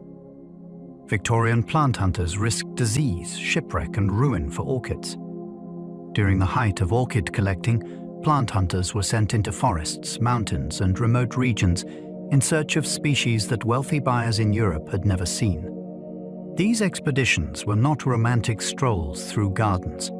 They could involve dangerous travel, unfamiliar climates, rough sea voyages, political instability, and severe illness. Men pursuing orchids sometimes faced fever, injury, financial disaster, and the constant possibility that a shipment would be lost before it ever reached its destination. That is part of what makes this chapter so gripping. Orchids were powerful enough to draw people into genuine hardship. The flowers became prizes worth crossing oceans for, even when the outcome was uncertain, and the risks were very real. A glasshouse bloom in a European estate might therefore carry a hidden history of mud, insects, storms, and desperation. Behind the elegance stood danger. Behind the display stood a chain of hazard that began in the wild and ended, if all went well, in cultivated luxury. Rare orchids once sold for fortunes in Europe. At the height of the collecting craze, certain orchids could command astonishing prices. A newly introduced rarity, especially one that flowered in an unusual way or came from a distant and difficult location, might sell for sums that placed it far beyond the reach of ordinary admirers. This was not just a market for plants. It was a market for prestige, novelty, and exclusivity. To own a rare orchid was to show wealth, taste, and access to something others could not easily obtain. That inflated value helps explain why the obsession became so intense. A flower was no longer simply beautiful. It became an asset, a status symbol, and sometimes a competitive trophy. The idea feels almost surreal today, yet it reveals the extraordinary hold orchids had on people's imaginations. In the right setting, a bloom in a pot could be treated almost like treasure, its rarity magnified into social and financial power by the desires of collectors. Some wild orchid populations were damaged by that collecting obsession. The darker side of orchid fever was the pressure it placed on wild populations. When demand for rare species rose, collectors and commercial suppliers often removed plants directly from their natural habitats in large numbers. That could strip a forest, a mountainside, or a local pocket of vegetation of orchids that had taken years to establish. In some cases, the damage was severe because the plants were not just rare in commerce. They were genuinely restricted in the wild. This gives the collecting craze a more complicated legacy. The same fascination that led people to admire orchids also helped endanger them. Beauty became a reason for extraction. Rarity became a reason for even more intense pursuit. It is a sobering reminder that wonder does not automatically lead to care. Human desire can admire a thing and still harm it. In the case of orchids, obsession sometimes reached so far that it began to erase the very marvel it sought to possess. Today, many orchids are protected because wild habitats are shrinking. Across the world, many orchids now live under legal protection because the places they depend on are becoming smaller, more fragmented, and more disturbed. Forests are cleared, wetlands are drained, grasslands are altered, and mountain habitats are reshaped by roads, farming, and development. For orchids, this can be devastating because many species are not simply growing anywhere there is space. They are tied to very specific conditions of moisture, light, soil, bark, fungi, and pollinator presence. When a habitat shrinks, the orchid does not just lose room. It can lose the exact web of relationships that made survival possible. That is why protection matters so much. Laws, reserves, and trade restrictions are not only about preserving pretty flowers. They are about defending complicated living systems before they unravel completely. An orchid in the wild may look delicate and still, yet its continued existence often depends on large decisions being made far beyond the flower itself. Some species survive only in one valley or forest.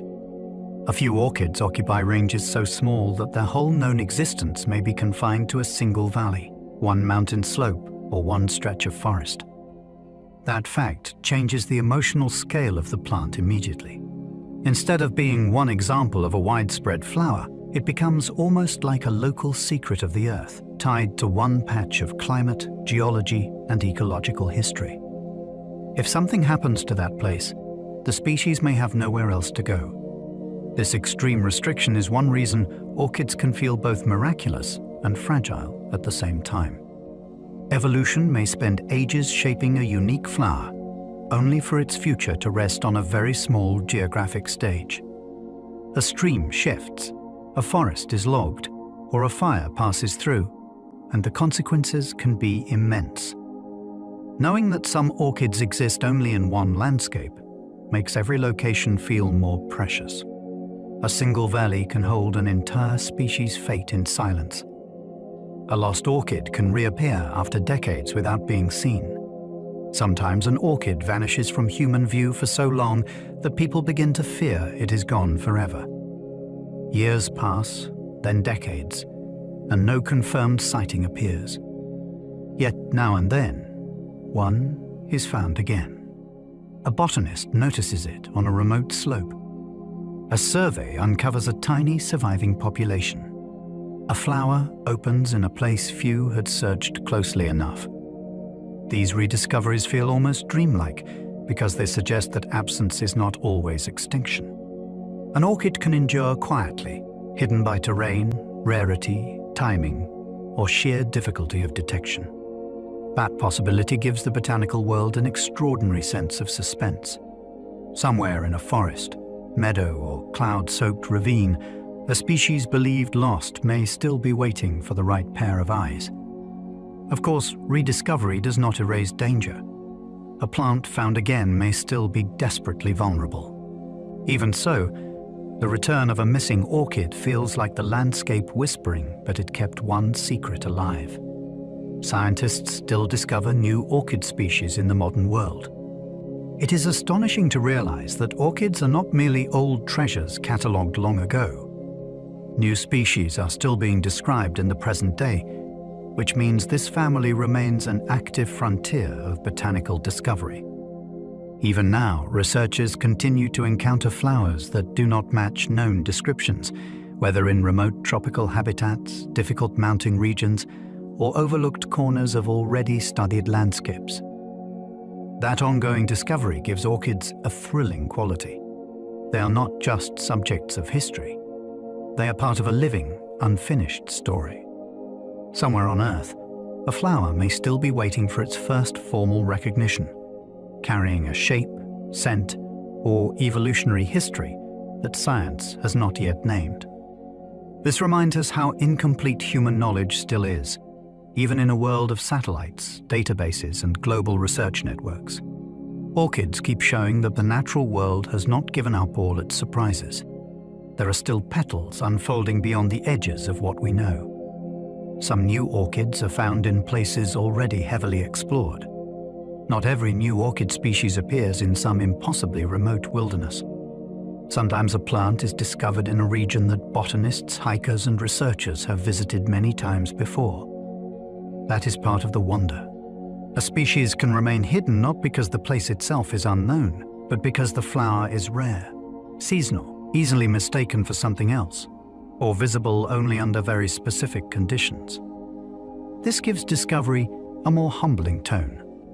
It suggests that even familiar landscapes may still contain life we have not properly noticed. A forest path can seem well known, yet a new orchid may be blooming a few steps away, overlooked for years, because it opens briefly or blends with its surroundings. That possibility makes the world feel richer and less finished. Exploration is not always about reaching farther. Sometimes it is about looking more carefully. Orchids reward that kind of attention, revealing that even a studied place can still hold a botanical surprise. Climate change can disrupt orchids by shifting pollinators out of sync. Many orchids depend on timing that is far more exact than it first appears. A flower may need to open when a particular insect is active, moving through the habitat, and ready to respond to its scent or form. Climate change can disturb that timing by altering temperatures, rainfall patterns, and seasonal cues. If pollinators emerge earlier or later than usual, while the orchid continues blooming on its old schedule, the meeting may not happen when it should. This creates a subtle but serious threat. Nothing needs to vanish outright for damage to begin. The flower can still open. The insect can still exist. Yet if their rhythms drift apart, successful reproduction may fall sharply. That makes orchids especially compelling in a changing world. They reveal how much of nature depends on coordination. A healthy ecosystem is not only a collection of species, it is also a choreography of arrivals, signals, and brief moments that must line up with remarkable care. Logging can erase both orchids and their hidden fungal partners. When a forest is cut, the loss is not limited to trunks, branches, and visible greenery. Orchids growing on trees, in leaf litter, or on the forest floor may disappear with the habitat. but so can the hidden fungal communities that support their lives. This matters enormously because an orchid is often bound to more than a physical location. It may depend on bark conditions, humidity, shade, organic matter, and underground or decaying wood networks that took years to develop. Logging can break all of that at once. The visible flowers vanish, and the invisible partners vanish with them. This is why the damage can be deeper than it first appears. What looks like habitat removal is also the collapse of a set of biological relationships. Orchids make that truth vivid. A forest is not just a place where flowers happen to live. It is a layered living structure that holds together whole partnerships, many of them unseen until they are gone. Saving orchids often means protecting entire ecosystems, not single plants. An orchid can be moved into a pot, a greenhouse, or a protected collection, but that alone does not always save its wild future. In nature, the plant is woven into a larger system of trees, fungi, water, soil, insects, climate, and seasonal rhythms. If those surrounding pieces disappear, the orchid may survive only as a disconnected specimen rather than as part of a functioning population. That is why conservation often has to work at the scale of ecosystems. Protecting one flower is not enough if the pollinator vanishes, the forest dries, or the fungal network breaks down. Orchids teach this lesson beautifully because they make interdependence impossible to ignore. A bloom that seems self-contained is usually part of a much wider web. To save the orchid properly, you often need to save the habitat that shaped it. In that sense, conservation becomes larger than admiration. It becomes the protection of relationships, processes, and place itself. Orchid conservation can depend on seed banks and lab propagation. When wild populations become very small, conservationists often turn to methods that store future possibility outside the habitat itself. Seeds may be preserved in specialized collections, and plants may be raised through careful laboratory propagation to increase numbers or prevent total loss. This work can feel wonderfully paradoxical. A flower so associated with mystery and wilderness may need microscopes, sterile flasks, and precise human care to help secure its future. Yet that partnership between science and conservation has become crucial for many threatened orchids. In a lab, tiny seeds can be coaxed into growth under controlled conditions that bypass some of the dangers they face in the wild. Young plants can then be studied, safeguarded, or prepared for later reintroduction. These efforts do not replace habitat protection, but they do create a form of insurance. They hold open the possibility that a species may continue, even when its natural circumstances have become dangerously unstable. Some rescued orchids are returned to the wild with fungal help. Reintroducing an orchid to nature is not always as simple as planting it back in the ground and hoping for the best. Because many species depend on fungal partners, successful return may require attention to those relationships as well. In some cases, conservationists work with the appropriate fungi, so the orchid has a better chance of establishing, growing, and surviving once it is back in its natural setting. This is one of the most beautiful ideas in orchid conservation. The rescue is not only about the flower. It is about restoring the partnership that makes the flower possible. A plant raised safely by human hands must be reconnected to the hidden life of its habitat if it is truly to belong there again. That gives reintroduction a deeper meaning. It is not merely relocation. It is reunion. The orchid returns to the wild not as an isolated ornament, but as part of the living underground conversation that needs to begin again. Orchid flowers can last for weeks or even months. Many flowers announce themselves briefly, then fade so quickly that the moment feels almost accidental. Some orchids follow a very different rhythm. Their blooms can remain fresh for weeks, and in certain cases for months, holding shape and color with a persistence that seems almost unreal. That long life changes the whole experience of the plant. A blossom stops being a fleeting event and becomes an enduring presence, something that can be watched slowly as days pass, and light shifts across it. There is a special kind of wonder in that durability. The flower does not hurry. It lingers, inviting repeated attention and rewarding close notice. In the wild, this staying power can extend the plant's opportunity to meet the right pollinator. In homes and collections, it helps explain why orchids feel so captivating. They give the impression that beauty can be sustained, held steady, and allowed to breathe in its own time, rather than vanishing almost at once. Some orchids change color as their flowers age. A bloom may open in one shade, then slowly shift as the days pass, taking on deeper tones, paler hues, or subtle changes in pattern that alter its whole character. This gives certain orchids an extra layer of drama, because the flower does not remain fixed from first opening to final fade. It develops visibly, almost like a story unfolding on the petals themselves. To a person watching closely, that transformation can feel intimate and surprising. The orchid seems to move through moods without changing its form. In some cases, the shift may also affect how the flower is perceived by pollinators, signaling a change in age or reward status. For human observers, though, the immediate effect is wonder. A bloom that seemed fully formed at the beginning reveals that it was still becoming something else. Orchids often refuse to stay simple, and this is one more example. Even their colors can be part of an unfolding performance rather than a single still image. Others bloom on old stems long after leaves have fallen. There are orchids that can seem almost finished, their leaves gone and their bodies reduced to what looks like a bare remnant of former growth. Then, from that old structure, flowers appear. It is a startling reversal of expectation. Most people imagine leaves as the obvious sign of life and vitality, so a plant that blooms after shedding them feels almost like a botanical contradiction. Yet this strategy can make perfect sense within the orchid's own cycle. Resources have been stored, timing has been arranged, and the old stem remains capable of producing a final or delayed display.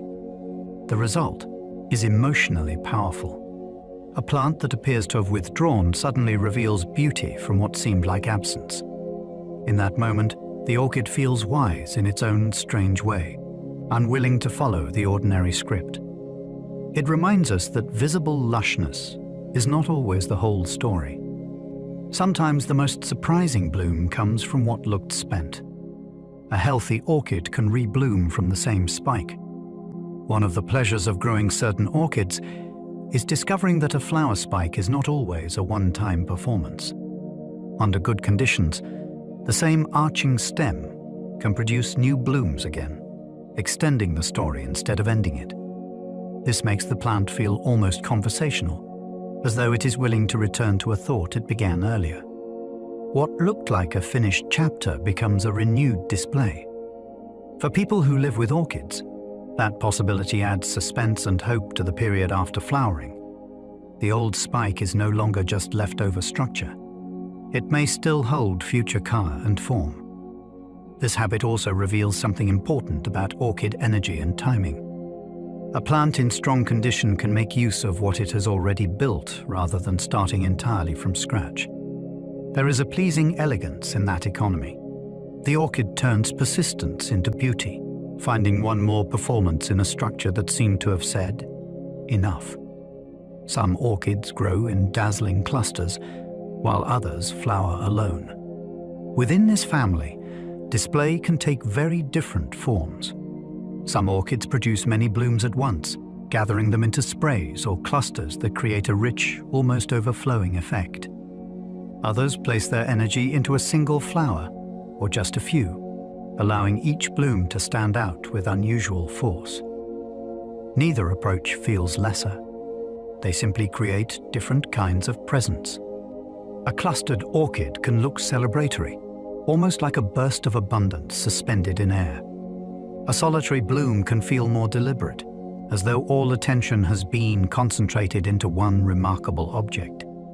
This contrast is part of what makes orchids so endlessly compelling. They do not follow one aesthetic rule. They experiment with scale, quantity, and emphasis. A listener can imagine walking through a world where one orchid dazzles by sheer number, while another stops you with one perfectly placed flower. The family contains both chorus and solo, each persuasive in its own way. Orchid names often tell stories about shape, place, or myth. The names given to orchids can open little doors into history, geography, and human imagination. Some refer to the form of the flower, pointing to slippers, bees, stars, or dragons. Others preserve the memory of a place where the plant grows, tying the bloom to a mountain, island, forest, or region. Still others echo older languages and myths, bringing in gods, monsters, or images that people felt captured something unusual about the plant. This means orchid names are not just labels. They are miniature stories attached to living things. A single name can hint at appearance, origin, or the sense of wonder a flower inspired when someone first described it. That adds a lovely dimension to the orchid world. The plants are already rich in biology, but language gathers around them too, trying to keep pace with their strangeness. Even before you see the flower, the name may already be inviting you into a narrative. People have admired orchids for thousands of years across many cultures. Long before modern greenhouses, scientific journals, and collectors' catalogues, people were noticing orchids and weaving them into medicine, symbolism, ornament, and story. Different cultures encountered different species, yet again and again, these flowers inspired attention beyond the ordinary. Their shapes were too strange, too elegant, or too distinctive to pass unnoticed. In some places, they were valued for fragrance or beauty. In others, they entered traditional practices, beliefs, or artistic traditions. This long admiration matters because it shows that orchids are not a modern obsession alone. They have been catching human eyes for centuries upon centuries, across landscapes and languages that never met one another. That repeated response says something profound about the flowers themselves. They seem to press on a deep human sensitivity to rarity, pattern, and living intricacy. A person in the present who feels captivated by an orchid is joining an ancient line of attention, stretching far back through time and across the world. To growers, orchids reveal tiny changes in light, air, and season. People who spend time with orchids often learn that these plants are sensitive readers of their surroundings. A shift in light exposure, a change in humidity, a difference in airflow, or the slow turn of the seasons can all show themselves in the plant's behavior. Leaves may firm or soften. Roots may advance or pause. Buds may swell, stall, or open according to conditions that seem subtle to human notice. This makes orchids feel almost like living instruments, registering details of the environment with remarkable finesse. A grower begins to notice the room more carefully because the plant is noticing it too. In that sense, orchids teach attention. They encourage people to read changes in atmosphere, temperature, and seasonal rhythm through a living companion that responds with visible honesty. This sensitivity is part of their appeal.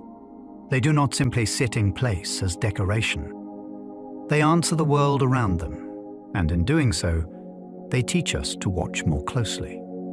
The more closely orchids are studied, the stranger they become. At a distance, an orchid may seem like a beautiful flower with a reputation for elegance. Then, the closer study begins, and the strangeness unfolds layer by layer. Unusual roots, twisting flowers, deceptive scents, hidden fungal partnerships, specialized pollination, extraordinary mimicry. The family has a way of rewarding curiosity by becoming more surprising every time you look deeper. This is one reason orchids hold attention so powerfully. They do not flatten into familiarity under examination. They become richer, odder, and more intricate. A person may begin with simple admiration, then find themselves drawn into questions about evolution, ecology, chemistry, and hidden life beneath the soil. Few groups of plants seem so able to expand in mystery as knowledge increases. Usually, explanation makes things feel more ordinary. With orchids, explanation often has the opposite effect. Understanding does not reduce the wonder. It sharpens it, revealing that the flower was stranger than it first appeared. Orchids turn the ordinary idea of a flower into something astonishing. By the time you have followed orchids through forests, mountains, swamps, treetops, laboratories, and history, the word flower no longer feels simple. These plants have stretched that idea in every direction. They can deceive, endure, imitate, collaborate, vanish, return, and bloom in forms that challenge expectation at every step. Some live in bright air. Some begin in darkness. Some depend on exact partnerships, while others captivate through sheer form and longevity. What makes orchids so unforgettable is not just that they are beautiful. It is that they keep proving how wide the botanical imagination of nature can be. A flower is supposed to be familiar, something easy to recognize and quickly understood. Orchids refuse that simplicity. They take the familiar outline of a bloom and fill it with invention, mystery, and deeply surprising ways of being alive. After spending time with them, the ordinary category feels permanently altered. A flower has become something far more astonishing than it seemed at first. As we come to the end of our journey, you might find yourself seeing orchids a little differently now. Not just as flowers, but as quiet masters of survival, deception, patience, and precision. From drifting seeds smaller than dust to blooms that can outlast the passing weeks, they have revealed a world shaped by time, partnership, and astonishing design. We wandered through forests and treetops, across mountain mist and shadowed woodland floors. We glimpsed flowers that imitate insects, blooms that open for a single fleeting moment, and others that linger as if time has softened around them. We followed hidden threads beneath the soil, where fungi and roots share a life that never meets the eye. And we saw how even something as familiar as vanilla carries a story that begins with a single, delicate flower. Now, there is nothing more you need to hold on to. Let your thoughts slow, like petals settling at dusk. Let the details drift, one by one, until only a soft sense of wonder remains. Imagine a quiet place where orchids bloom unnoticed, swaying gently in warm air, untouched by hurry or noise. If you are still awake, you might enjoy the next journey waiting for you on screen. And if you enjoyed this one, you can like, subscribe, or leave a comment so more people can find their way here too. For now, just rest, sleep well, and good night.